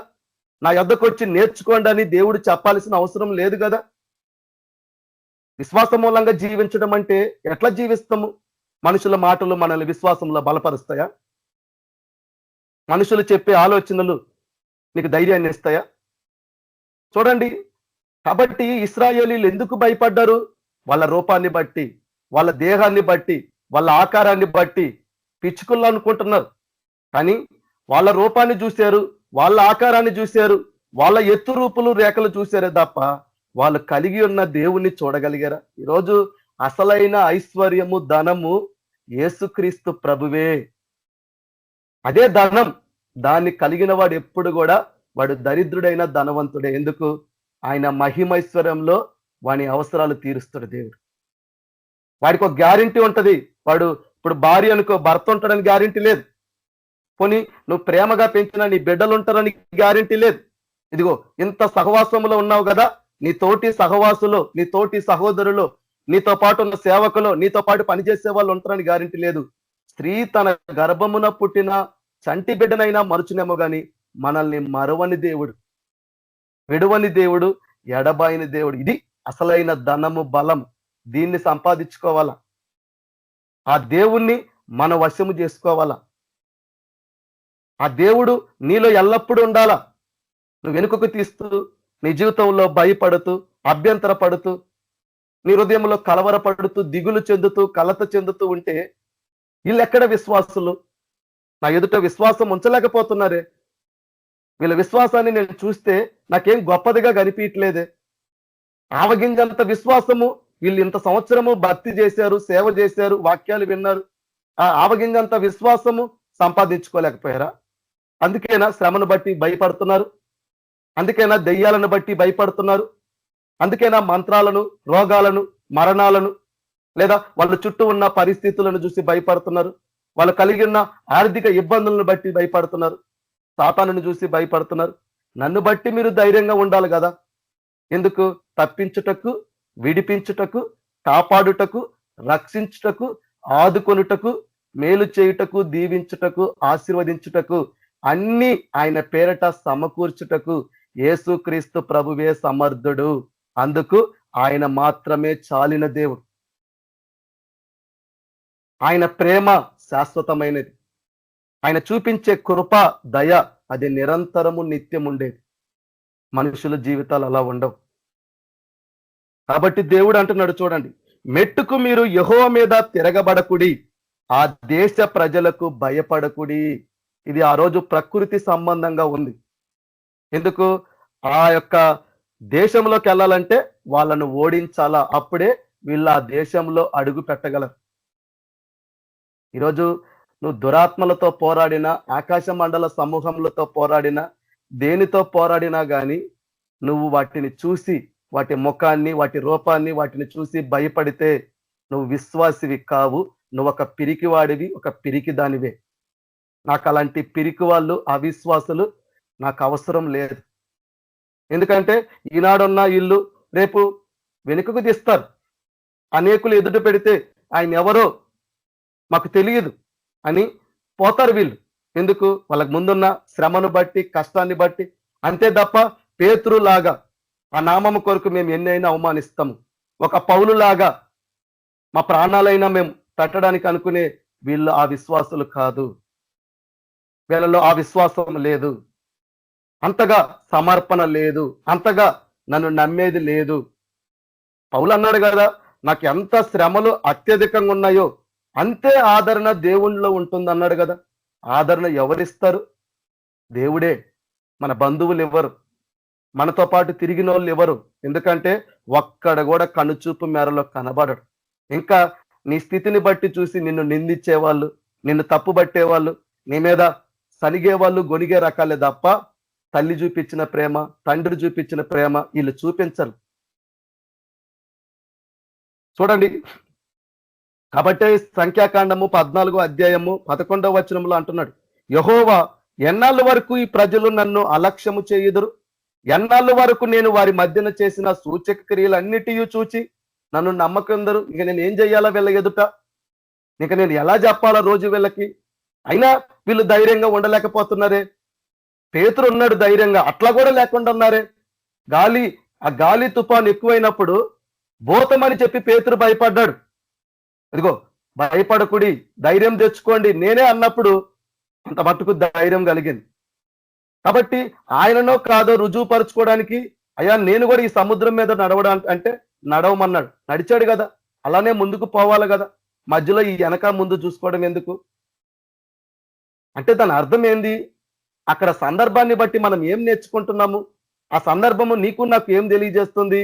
యేసుక్రీస్తు ప్రభుని చూడని వాడు ఎవడైనా సరే అంతము వరకు సహించలేడు, అంతము వరకు ప్రభు పక్షాన నిలబడలేడు. కష్టాన్ని బట్టో గాని, శ్రమను బట్టే గాని, బాధను బట్టే గాని, లేదా వాళ్ళ చుట్టూ ఉన్న పరిస్థితులను బట్టి వీళ్ళు ఖచ్చితంగా మునిగిపోతారు. కాబట్టే ఏలియా అంతకు ముందున్న దేవుణ్ణి చూసిన వాడు యెజబెలు మాట వింటే ఆయనలో మరణ భయం వచ్చేసింది, మరణాపేక్ష గలవాడయ్యాడు. ఈరోజు డాక్టర్ల మాటలు ఎందుకు వినాలా? డాక్టర్ల మాటలు ఎందుకు వినాలా? చనిపోయిన బిడ్డని, నీ కుమార్తె చనిపోయింది, నువ్వు బోధకుణ్ణి శ్రమ పెట్టొద్దంటే యేసుప్రభు ఏం చెప్పాడు? వారు చెప్పిన మాట లక్ష్య పెట్టకన్నాడు, నమ్మిక మాత్రం ఉంచుమన్నాడు. ఎందుకు? నేను సర్వశక్తి గల దేవుణ్ణి కాబట్టి, నేను సమస్తమును చేయగల సమర్థుణ్ణి కాబట్టి నాకేది అసాధ్యమైనది లేదు. నువ్వు నమ్మాలంతే, నా యందు విశ్వాసం ఉంచాలంతే, నా పట్ల నువ్వు కనిపెట్టుకోవాలంతే. ఆ నమ్మిన నువ్వు, అలా నా యందు విశ్వాసం ఉంచిన నీవు, ఆ నిరీక్షణతో కనిపెట్టుకున్న నీవు ఒకానొక దినము నా మహిమను నువ్వు చూస్తావు. అబ్రహాము శారా చూశాడు, దానియేలు చూశాడు, షద్రకు మెషకు అబేద్నో చూశాడు. ఆనాడు ఇశ్రాయేలీయులు పాపం చేసి దేవుని దగ్గర పాపాత్ములను ఒప్పుకొని ఉపవాసం ఉన్న తర్వాత అదే ఫిలిస్తీన్లతో యుద్ధానికి వెళితే ఉరుములు కురిమిచ్చి దేవుడు శత్రువులను కూడా తారుమారు చేశాడు. ఆయన కార్యము, ఆయన ప్రభావము, ఆయన మహిమ, ఆయన చేయ కార్యాలు అలా ఉంటాయి. అది ఎప్పుడు మన జీవితంలో వర్కౌట్ అయిందంటే, నువ్వు పలానా ఒక బ్రదర్ మీదనో, లేదా పలానా ఒక సిస్టర్ మీదనో, లేదా పలానా ఒక సంఘం మీదనో వాళ్ళ దగ్గరికి పోవడం తప్పులేదు. కానీ వాళ్ళ దగ్గరకు పోవడంకు ముందు నువ్వు దేవుని దగ్గరికి రావడమే దేవునికి ఇష్టం. చాలా మంది ఎక్కడెక్కడో అన్ని ప్రయత్నాలు చేసి డబ్బంతా వృధా చేసుకొని ఖర్చు పెట్టి అన్ని చేసి చివరికి వస్తారు. ఆ చివరికి వచ్చిన వ్యక్తి నువ్వు మొదటే వస్తే చెప్పండి, 12 ఏళ్ల స్త్రీ అట్లనే కదా. ఆమె దేవుణ్ణి ఎరగల, తెలుసుకున్న వెంటనే నమ్మింది, దేవుని మహిమను చూసింది, వస్త్రాలు ముట్టుకుంటే బాగుపడింది. చూడు ఆమె విశ్వాసము ఎలా ఉంది, ఆమె దేవుని పట్ల నమ్మిన నమ్మకం ఎలా ఉంది, దేవుని యొద్దకు ఎలాంటి విశ్వాసంతో వచ్చింది. ఈరోజు ఉన్నారా భక్తులు అట్లా? ఈరోజు చెప్పే సేవకులు ఉన్నారా అట్లా? అలా దేవుని మీద విశ్వాసంలోకి నడిపించే సేవకులు ఉన్నారా? ఎంతకాడికి మా డినామినేషను, ఎంతకాడికి మేము గొప్ప వాళ్ళము, మేము అభిషేకించబడ్డాము, మా దగ్గరికి రండి అంటున్నారే తప్ప నువ్వు నేను ఎవడివి? చెప్పండి, ఎవరు గొప్పవాడు, ఎవరు బలవంతుడు, ఎవరు సమస్తము చేయగల సమర్థుడు? యేసుక్రీస్తు ప్రభువే. ఆ నామాన్ని చెప్పాలా. నువ్వు చెప్పే నువ్వు నేను ఉండకపోవచ్చు. ఎందుకు? ఒకానొక దినము ఎప్పుడు ప్రభు పిలుపొస్తే వెళ్ళిపోయే వాళ్ళం, కానీ వాళ్ళను మన మీద ఆధారపడితే ఆ తర్వాత వాళ్ళ పరిస్థితి ఏంది? అదే వాళ్ళను దేవుని మీద నువ్వు ఆధారపడడం నేర్పించు, దేవుణ్ణి ఎట్లా ఆశ్రయించి దేవుని కొరకు ఉండాలో నేర్పించు. నువ్వు లేకపోయినా, ఎవరు లేకపోయినా ఆ దేవుణ్ణి కనిపెట్టుకొని వాళ్ళు ధన్యులు అవుతారు. ఎందుకంటే మనకి ఏ జామున, ఏ దినమున, ఏ గడిన ఏమవుతుందో తెలియదు. మనుషులు మనల్ని చూడకూడదు. మనం ప్రకటించబడుతున్న ఆ యేసుక్రీస్తు ప్రభుని చూడాలా. ఆ మాటలు విని ఆయన దగ్గరికి రావాల. ఆ వాగ్దానాలను విని వాళ్ళు నమ్మాల. ఆ వాగ్దానాలను బట్టి వారు ప్రార్థించాల. ఆ వాగ్దానాల ఫలము వాళ్ళు స్వతంత్రించుకుంటారు కాబట్టి ఆ వాగ్దానము, ఆ వాక్యము వాళ్ళ జీవితంలో నెరవేర్చబడుతుంది. అట్లా మనుషుల్ని విశ్వాసములో దేవుని మీద ఆధారపడము, దేవుని మీద ఆశ్రయించడం నేర్పించాలా. మనం వేరే కార్యక్రమాలు పెట్టుకుంటే కాదు. చూడండి, ఇంకొక వాక్యము చెప్పి నేను చూడండి, సమూయేలు మొదటి గ్రంథము 17వ అధ్యాయము 5వ వచనము. అతని తల మీద రాగి శిరస్త్రాణం ఉండెను, అతడు యుద్ధ కవచమును ధరించి ఉండెను. ఆ కవచము 5,000 తులముల రాగి ఎత్తుగలది. మరియు అతని కాలికి రాగి కవచమును, అతని భుజముల మధ్య రాగి బల్లెం ఒకటి ఉండెను. అతడు కర్ర ఈట నేతను అంత పెద్దది. అతడు నాతో మాట్లాడి, నన్ను చంపగలిగిన ఎడల మేము మీకు దాసుల మగుదము, నేను అతన్ని జయించి చంపిన ఎడల మీరు మాకు దాసులై మాకు దాస్యము చేయుదురు. ఈ దినమున నేను ఇశ్రాయేలీల సైన్యములను తిరస్కరించుచున్నాను. ఒకరిని నియమించిన ఎడల వాడును నేనును పోట్లాడుదమని ఆ ఫిలిష్తీయుడు చెప్పుచూ వచ్చెను. సౌలును ఇశ్రాయేలీలందరూ ఆ ఫిలిష్తీయుని మాటలు వినినప్పుడు బహుభీతులైపోయినారు. చూడండి, ఏ క్రైస్తవులు ఈనాటి నుండి కాదు, ఏనాటి నుండి కూడా వీళ్ళు దేవుని ఎరగని ప్రజల్లాగా ఉంటారు. మిగతా టైంలో ఉంటారు. ఇలాంటి సందర్భం వచ్చినప్పుడు వాళ్ళ బుద్ధి ఏంది, వాళ్ళ నమ్మకం ఏంది, వాళ్ళ విశ్వాసం ఏందో తెలిసిపోతుంది. సౌలు మీద ఉన్న ఆత్మ పిరికితనం ఆత్మ. చెప్పండి, ఎట్లా పిరికివాడయ్యాడు?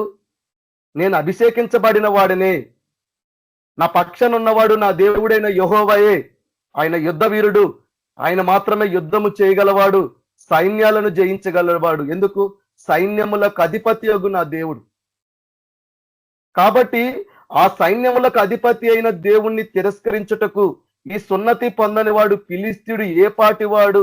అదే ఆత్మతో ఉన్న దావీదుకు రోషం వచ్చింది. అదే ఆత్మతో ఉన్న దావీదుకి పౌరుషం వచ్చింది. కానీ అదే ఆత్మ కలిగి ఉన్న సౌలు మాత్రము చేతగాని వాళ్ళలాగా, పిరికి వాళ్ళలాగా, భయపడే వాళ్ళలాగా కనబడుతున్నారు. ఇశ్రాయేలీలు యుద్ధం చేయవలసిన వారు పిరికి వాళ్ళలాగా, చేతగాని వాళ్ళలాగా ఉన్నారు. నీ చేతులకు యుద్ధం నేర్పించలేదా? నువ్వు ఆత్మను పొందిన వాడివైతే, ఆత్మతో నింపబడిన వాడివైతే, నీలో ఉన్నవాడు గొప్పవాడైనప్పుడు ఆ గొప్పవాడు నీకు బోధించట్లేదా? ఎందుకు నీ శ్రమను బట్టి నువ్వు కృంగిపోతున్నావు? ఎందుకు నీ చుట్టూ ఉన్న పరిస్థితులను చూసి నువ్వు కలవరపడుతున్నావు? నా మీద నమ్మకం ఉంచమని నీకు చెప్పట్లేదా ఆలోచనకర్త దేవుడు? చెప్పినా కూడా నువ్వు వెనుకకు తీస్తున్నావా? పరిశుద్ధాత్ముడు ఉట్టి శక్తిని బలాన్ని ఇచ్చేవాడు కాదు కదా. ఆయన ఆశ్చర్యకరుడు కదా, అద్భుతకరుడు కదా, ఆలోచనకర్త కదా, ఆయన ఒక బోధకుడు కదా. నీ సందర్భంలో నువ్వు ఉన్న స్థితిలో నీకు చెప్పట్లేదా? నువ్వు క్రైస్తవుడివి, నువ్వు నమ్మిన వాడివి, ఇలా నువ్వు భయపడే వాడివైతే ఇది నీకు తగదు అని నీకు చెప్పట్లేదా?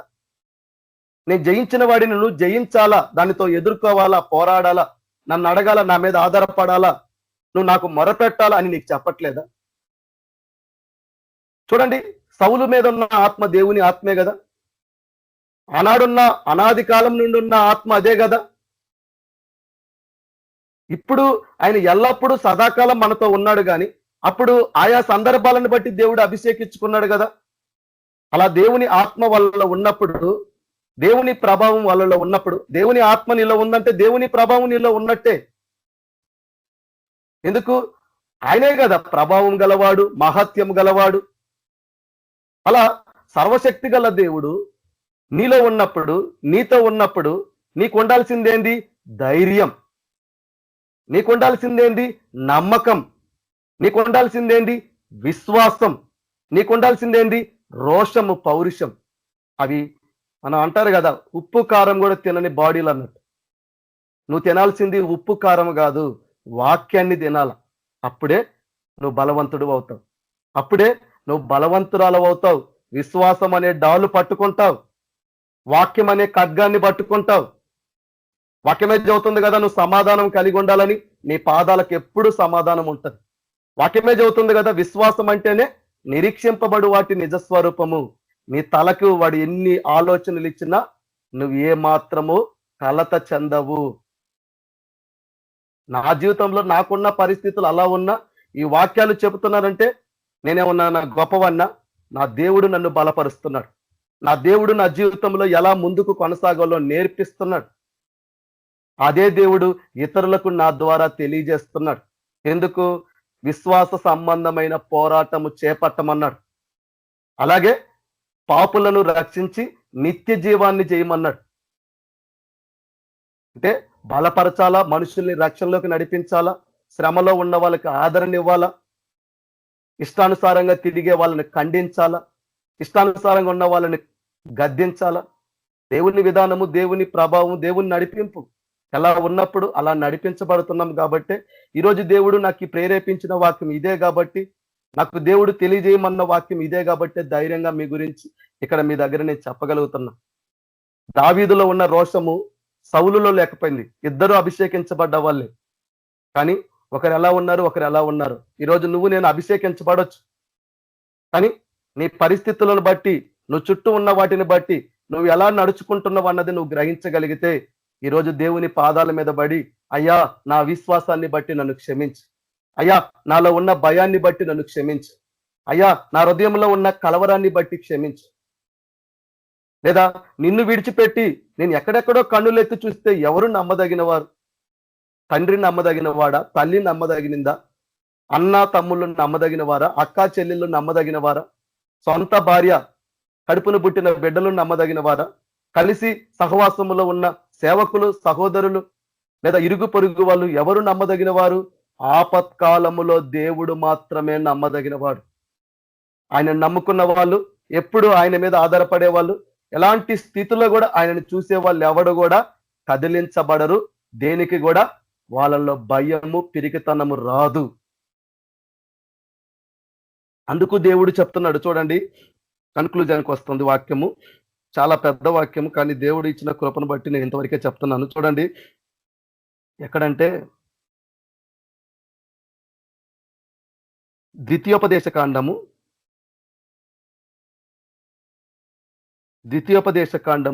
20వ అధ్యాయము 1వ వచనము, నీవు నీ శత్రువులతో యుద్ధముకు పోయి గుర్రములను, రథములను, మీకంటే విస్తారమైన జనమును చూచినప్పుడు వారికి భయపడవద్దు. ఈరోజు ఈ శత్రువులు ఎవరు? అవి దురాత్మలు కావచ్చు, లేదా ఆకాశ మండల సమూహాలు కావచ్చు, దెయ్యాలు కావచ్చు, అవి ఏవైనా కానీ. మనం పోరాడేది శరీరులతో కాదు కాబట్టి వీటితో పోరాడిన మనము, దేవుడు ఏం చెబుతున్నాడు? భయపడవద్దు. వాటి రూపాన్ని చూసి భయపడొద్దు. ఈరోజు దేనికి భయపడాలా? భయపడడానికి పొందిన ఆత్మ పిరికితనం గల ఆత్మ కాదు కదా, అపవాదిని ఓడించిన ఆత్మ. ఆ ఆత్మ కలిగిన నువ్వు, ఆ ఆత్మతో నింపబడిన నువ్వు, ఆ ఆత్మ చేత నడిపించబడుతున్న నువ్వు. ఎందుకు? మీలో ఉంటాడు, ఎల్లప్పుడూ మీతో నివసిస్తాడు. నువ్వు ఎక్కడికి వెళ్ళినా ఆ ఆత్మ నీతో పాటే ఉంటది. ఆ ఆత్మ స్వరూపైన దేవుడు ఎల్లప్పుడూ నీలోనే ఉన్నాడు. నువ్వు నడిచే ప్రతి స్థలంలో ఉన్నాడు. అది గాఢాంధకార లోయ కావచ్చు, అది ఏవైనా కానీ, నువ్వు వేటిని చూసినా కానీ, వేటిని విన్నా కానీ, ఎవరు చెప్పినా కానీ నీవు మాత్రము భయపడవద్దు అంటున్నాడు. ధైర్యంగా ఉండమని చెప్తున్నాడు. ఎందుకు? చూడండి, ఇశ్రాయేలీయులారా చూడండి, మీరు వాటికి భయపడవద్దు. ఐగుప్తు దేశముల నుండి నిన్ను రప్పించిన నీ దేవుడైన యెహోవా నీకు తోడై ఉండను. ఐగుప్తులో ఏం చేశాడు? ఫరో ఎదుట ఏం చేశాడు? ఇశ్రాయేలీయుల ఎదుట ఏం చేశాడు? ఎలాంటి కార్యాలు చేశాడు? అవి చూసిన నువ్వు ఇంకా అపనమ్మకం పెడతావా? అలా బలవంతుడైన వాడు, కఠిన హృదయం కలిగిన ఫరో నుంచి నేను విడిపించినాను. ఆ ఫరో ఎదుట నేను చేసిన కార్యాలు ఎలాంటివి? అవి విన్నప్పుడు, అవి చదివినప్పుడు, వాటి మీద విశ్వాసం ఉంచినప్పుడు, అంత చేయగల దేవుడు, వాళ్ళ విషయంలో వెనుకకు తీయని దేవుడు, వాళ్ళని ఆ రీతిగా అక్కడ నుండి విడిపించిన దేవుడు. ఈరోజు నీ కష్టం ఒక లెక్క, నీ జీవితంలో నువ్వు కలిగి ఉన్న శ్రమ ఒక లెక్క, లేదా నీ జీవితంలో నువ్వు కలిగి ఉన్న బాధ ఒక లెక్క, రోగం ఒక లెక్క, నీ చుట్టూ ఉన్న పరిస్థితులు ఒక లెక్క. లేచి గాలి తుపాన్ని గద్దిస్తే అవి నెమ్మలమై కూర్చున్నాయి, అంతే. ఆయన మాట పలికితే అంతే. ఆ మాట పలకడం కొరకు మనం కనిపెట్టుకోవాలి. ఆ మాట పలికితే చాలు అన్ని నిమ్మలమైపోవాలా. ఆయన మాట చెబితే చాలు అవి మనిషిలో ఉన్న దెయ్యమైనా సరే భయపడి బయటికి వెళ్ళిపోవాలా. ఎందుకంటే ఆ మాట గల దేవుడే యేసు ప్రభు. కాబట్టే చెబుతున్నాడు, అంతేకాదు మీరు యుద్ధమునకు సమీపించుచున్నప్పుడు యాజకుడు దగ్గరకు వచ్చి ప్రజలతో ఇలాగూ చెప్పవలెను, ఇశ్రాయేలులారా వినుడి, మీరు మీ శత్రువులతో యుద్ధము చేయుటకు సమీపించుచున్నారు, మీ హృదయములను జంకనీయకుడి. ఆనాడు ప్రకృతి సంబంధంగా దేవుడు ఇశ్రాయేలీలకు చెప్పాడు. అదే యేసుక్రీస్తు ప్రభు ఆనాడున్న దేవుడు ఈరోజు కుమారుడిగా వచ్చి మీ హృదయాలను కలవరపడనీయకుడి అన్నాడు. ఎందుకు? మీ పోరాటం కూడా ఇలానే ఉంటది. శోధనతో పోరాడాల, పాపముతో పోరాడాల, శ్రమలతో పోరాడాల, అపాయాలతోటి, ఆపదలతోటి అన్నిటితో పోరాడితే చివరికి గెలిస్తేనే నువ్వు జయించిన వాడివి, జయించిన దాని. క్రైస్తవులంటే, దేవుని నమ్ముకోవడం అంటే ఏదో వచ్చి కూర్చొని ఆదివారం పోయేటట్టు ఉండదు. ఎంత శోధనలు వస్తాయి, ఎలాంటి ఇబ్బందులు వస్తాయి, ఎలాంటి కష్టాలు వస్తాయి మనుషులకు కూడా చెప్పుకోలేవు. ఎందుకు? వాడు కష్టమును చూసి వాడు మనిషిని అర్థం చేసుకోడు. నిన్ను ఒక చేతగానోళ్ళలాగా, నువ్వు ఒక పిరికోళ్ళలాగా. ఎందుకు? వాడు దేవుని ఆత్మతో ఉండడు, నేను శారీరకంగా చూస్తాడు. వాడికి అర్థం కాదు. బలహీనులను బలపరచడం నేర్చుకోరు, చేతగానోళ్ళలాగా ఉంటారు. ధైర్యం చెడిన వారిని ధైర్యపరచరు, మాటలతో ఇంకా మనుషులను బాధిస్తారు. నువ్వు ఏ తప్పు చేసావో, ఏ పాపం చేసావో అని అనే మాటలు అంటారే తప్ప, వాడు బలహీనంగా ఉన్నాడే, ధైర్యం కోల్పోయిన వాడు ఉన్నాడే, వాడి పరిస్థితులను బట్టి వాడు హృదయంలో భయపడుతున్నాడే, ఇలాంటి వాడికి యేసు ప్రభు ఉంటే ఏం చేస్తాడు? అలా నేను చెయ్యాలని అనుకోరు. వాడిని ఒక చేతగానిలాగా, ఒక ఘోరాతి ఘోరమైన పాపిలాగా, వాడెందుకు పనికి వాడిలాగా, ఈరోజు వాడేదో ఒక అవిశ్వాసిలాగా చూస్తాడు. అవును, తోమ అవిశ్వాసి అయిన దేవుడు విశ్వాసిగా మార్చి బలపరిచింది. పేతురు ముమ్మార్లు ఎరగనన్న పేతుర్ని దేవుడు బలపరిచింది. దేవుడు ఏదైనా చేయగలడు. నువ్వేం చేయాలా? అలాంటి బలహీనులను బలపరచడం నేర్చుకోవాలా. ధైర్యం చెడిన వారిని ధైర్యపరచడం నేర్చుకోవాలా.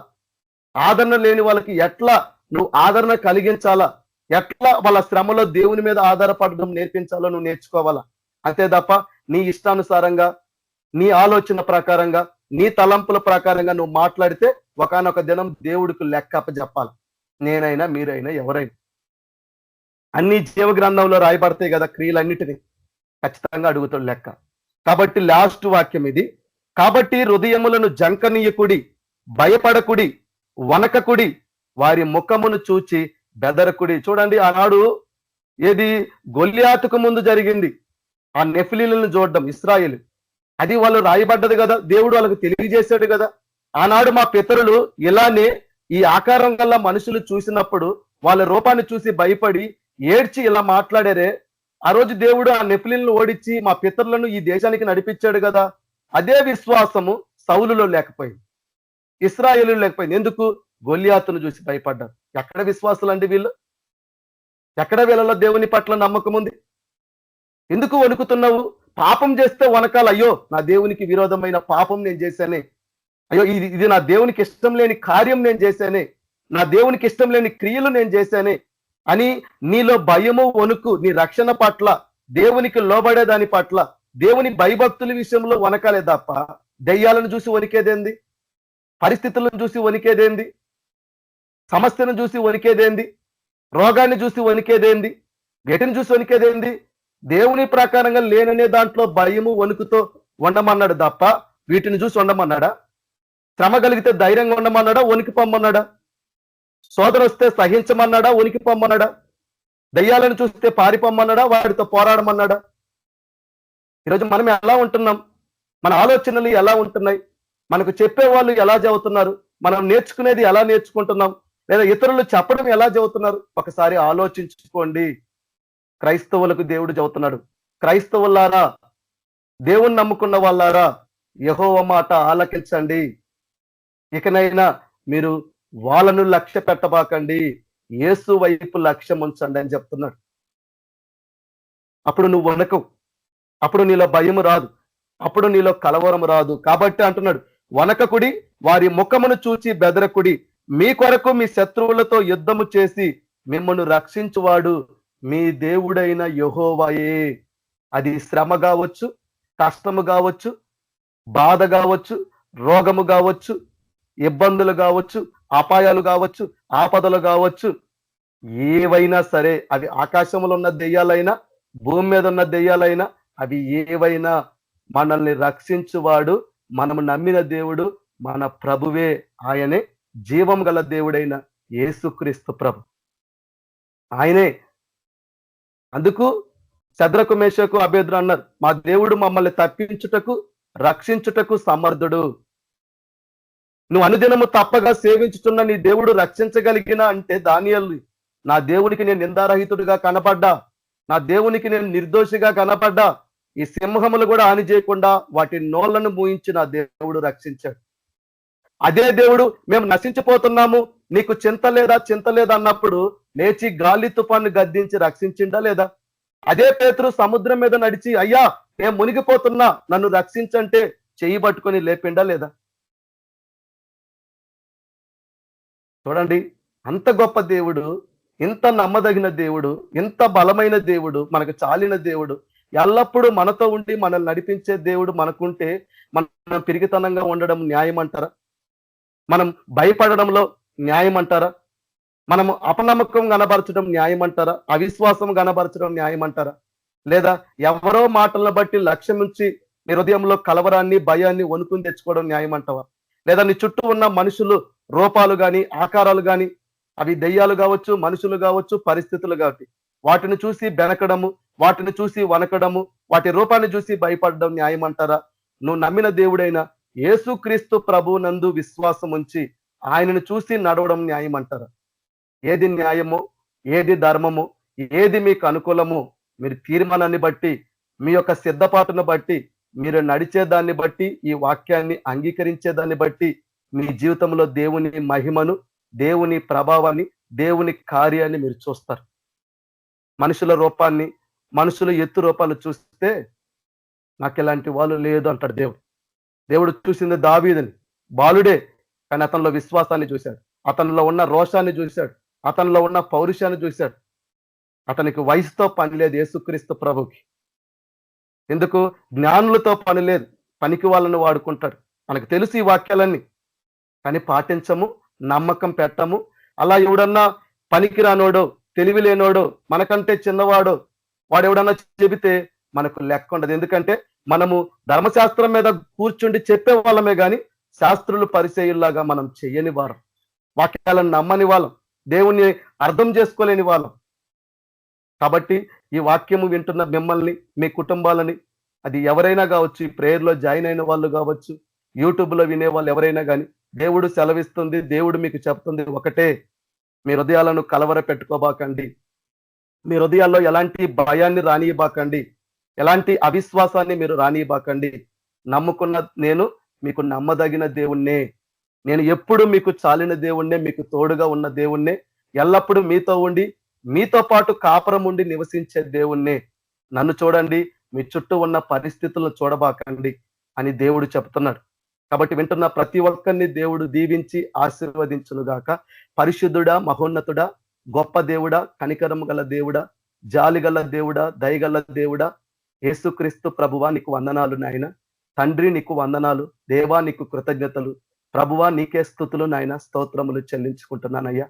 అవునయ్యా, నేను ఏ పాటి వాడను ప్రభువా, నేను ఎంతటి వాడను ప్రభువా, నీ దృష్టికి ఎంతో అల్పుడను, అభాగ్యుడను నాయన, ఎందుకు పనికిరాని వాడనైనా నేను నాయన, కేవలము నాయన నీ దయ వల్లనే, నీ కృప వల్లనే కనికరించబడ్డాను. కాబట్టే ఎన్నికలేని నన్ను నాయన నీ ప్రియులు ఎదుట, నీ జనుల ఎదుట ఈ రీతిగా నీ సాక్షిగా ఉండుటకు, అయ్యా నీ నోటి మాటలను ప్రకటించుటకు నాయన, నీకు ఒక మధ్యవర్తిలాగా ఉండుటకు నిలబెట్టుకున్న దేవుడవు నువ్వు నాయన. నిన్ను బట్టి నీకు వందనాలు, స్తోత్రములయ్యా. అయ్యా, వింటున్న మా హృదయాల్లో కానీ, మా జీవితాల్లో కానీ, మేము ఎలాంటి పరిస్థితుల్లోనైనా కానీ మేము భయపడేవారిగా ఉంటే, కలవరపడేవారిగా ఉంటే, మైన కలత చెందేవారిగా ఉంటే, సమాధానం లేని వారిగా ఉంటే, నెమ్మది లేని వారిగా ఉంటే, అయ్యా మా పరిస్థితులను బట్టి, మా శ్రమలను బట్టి, మా కష్టాలను బట్టి, మా రోగాలను బట్టి, మాకున్న ఆర్థిక ఇబ్బందులను బట్టి, అలాగే నాయన ఎలాంటి దురాత్మలే కానీ, దుష్టాత్మలే కానీ, వేటిని బట్టి ఈరోజు మేము భయపడే వారమైతే నాయన, మా అవిశ్వాసాన్ని బట్టి ప్రభువా, అయ్యా మాలో ఉన్న అపనమ్మకాన్ని బట్టి, అయ్యా సంపూర్ణంగా నీ యందు విశ్వాసం ఉంచని దాన్ని బట్టి ప్రభువా మమ్మల్ని క్షమించండి, కనికరించండి. అయ్యా ఆనాడు ఇశ్రాయేలీలు నాయన ఆ రీతిగా ఉన్నా గానీ నీ ప్రభావాన్ని చూపించినావు దేవా, నీ మహిమను చూపించినావు, నీ కార్యాలను చూపించినావు నాయన. మీ కార్యాలు మేము కూడా చూడాల తండ్రి మా జీవితంలో. కాబట్టి మేము నమ్ముచున్నాం ప్రభువా, నువ్వు మాకు నమ్మదగిన దేవుడు అని మేము నమ్ముచున్నాము దేవా. నువ్వు మాత్రమే నాయన మేము కలిగి ఉన్న శ్రమ ఎలాంటిదైనా, మేము కలిగి ఉన్న కష్టం ఎలాంటిదైనా, అవి పరిస్థితులు ఎలాంటివైనా విడిపించుటకు, తప్పించుటకు, మమ్మల్ని ఆదుకొని రక్షించి ఆయన నువ్వు సమర్థుడు అని మేము నమ్ముస్తున్నామయ్యా. సమస్తము సమకూర్చుటకు నువ్వు సమర్థుడు అని మేము నమ్ముచున్నాం దేవా. దానిని బట్టి నాయన నీకు వందనాలు, కృతజ్ఞతలు చెల్లిస్తూ నాయన మాలో ఏమన్నా నాయన మీకు ఆయాస్కరమైన ఉంటే నాలో గాని వింటున్నవారు గాని వాళ్ళందరినీ మీరు క్షమించమని, నన్ను క్షమించమని, ఈ వాక్యం వింటున్న ప్రతి బిడ్డని, ప్రతి ఒక్కరిని నాయన పేరు పేరున మీరు దీవించండి, ఆశీర్వదించండి. ఈ ప్రేయర్ లో జాయిన్ అయిన ప్రతి ఒక్కరిని మీరు దీవించండి, ఆశీర్వదించండి. మీ యొక్క మేలులు, మీ యొక్క దీవెనలు, మీ యొక్క ఆశీర్వాదాలు వాళ్ళకి సమృద్ధిగా యేసుక్రీస్తు పరిశుద్ధ నామములో ప్రభువ అనుగ్రహించబడును గాక తండ్రి. వాళ్ళ జీవితంలో ఏదైతే నీ కొరకు సహాయం కొరకు ఎదురు చూస్తున్నారో ఆ సహాయమునైనా ప్రతి ఒక్కరూ పొందుదురు గాక యేసుక్రీస్తు పరిశుద్ధ నామములో ప్రభువ. ఆ నామాన్ని బట్టి, ఆ నామమున ఏది అడిగినా నువ్వు చేస్తానని వాగ్దానాన్ని బట్టి నేను పలికిన మాటలు అన్నిటినీ స్థిరపరిచి ఒకనొక దినం మమ్మల్ని అందరినీ మీ సాక్షులుగా నిలబెట్టుకొని మీరే మహిమ, ఘనత, ప్రభావములు తెచ్చుకోమని యేసుక్రీస్తు పరిశుద్ధ నామములో ప్రార్థించి అడిగి వేడుకుంటున్నాము తండ్రి. ఆమేన్. మీ అందరికీ ప్రైజ్ ది లార్డ్. బ్రదర్ అట్లే బ్లెస్సింగ్ ఇచ్చేయండి. సరే అన్న.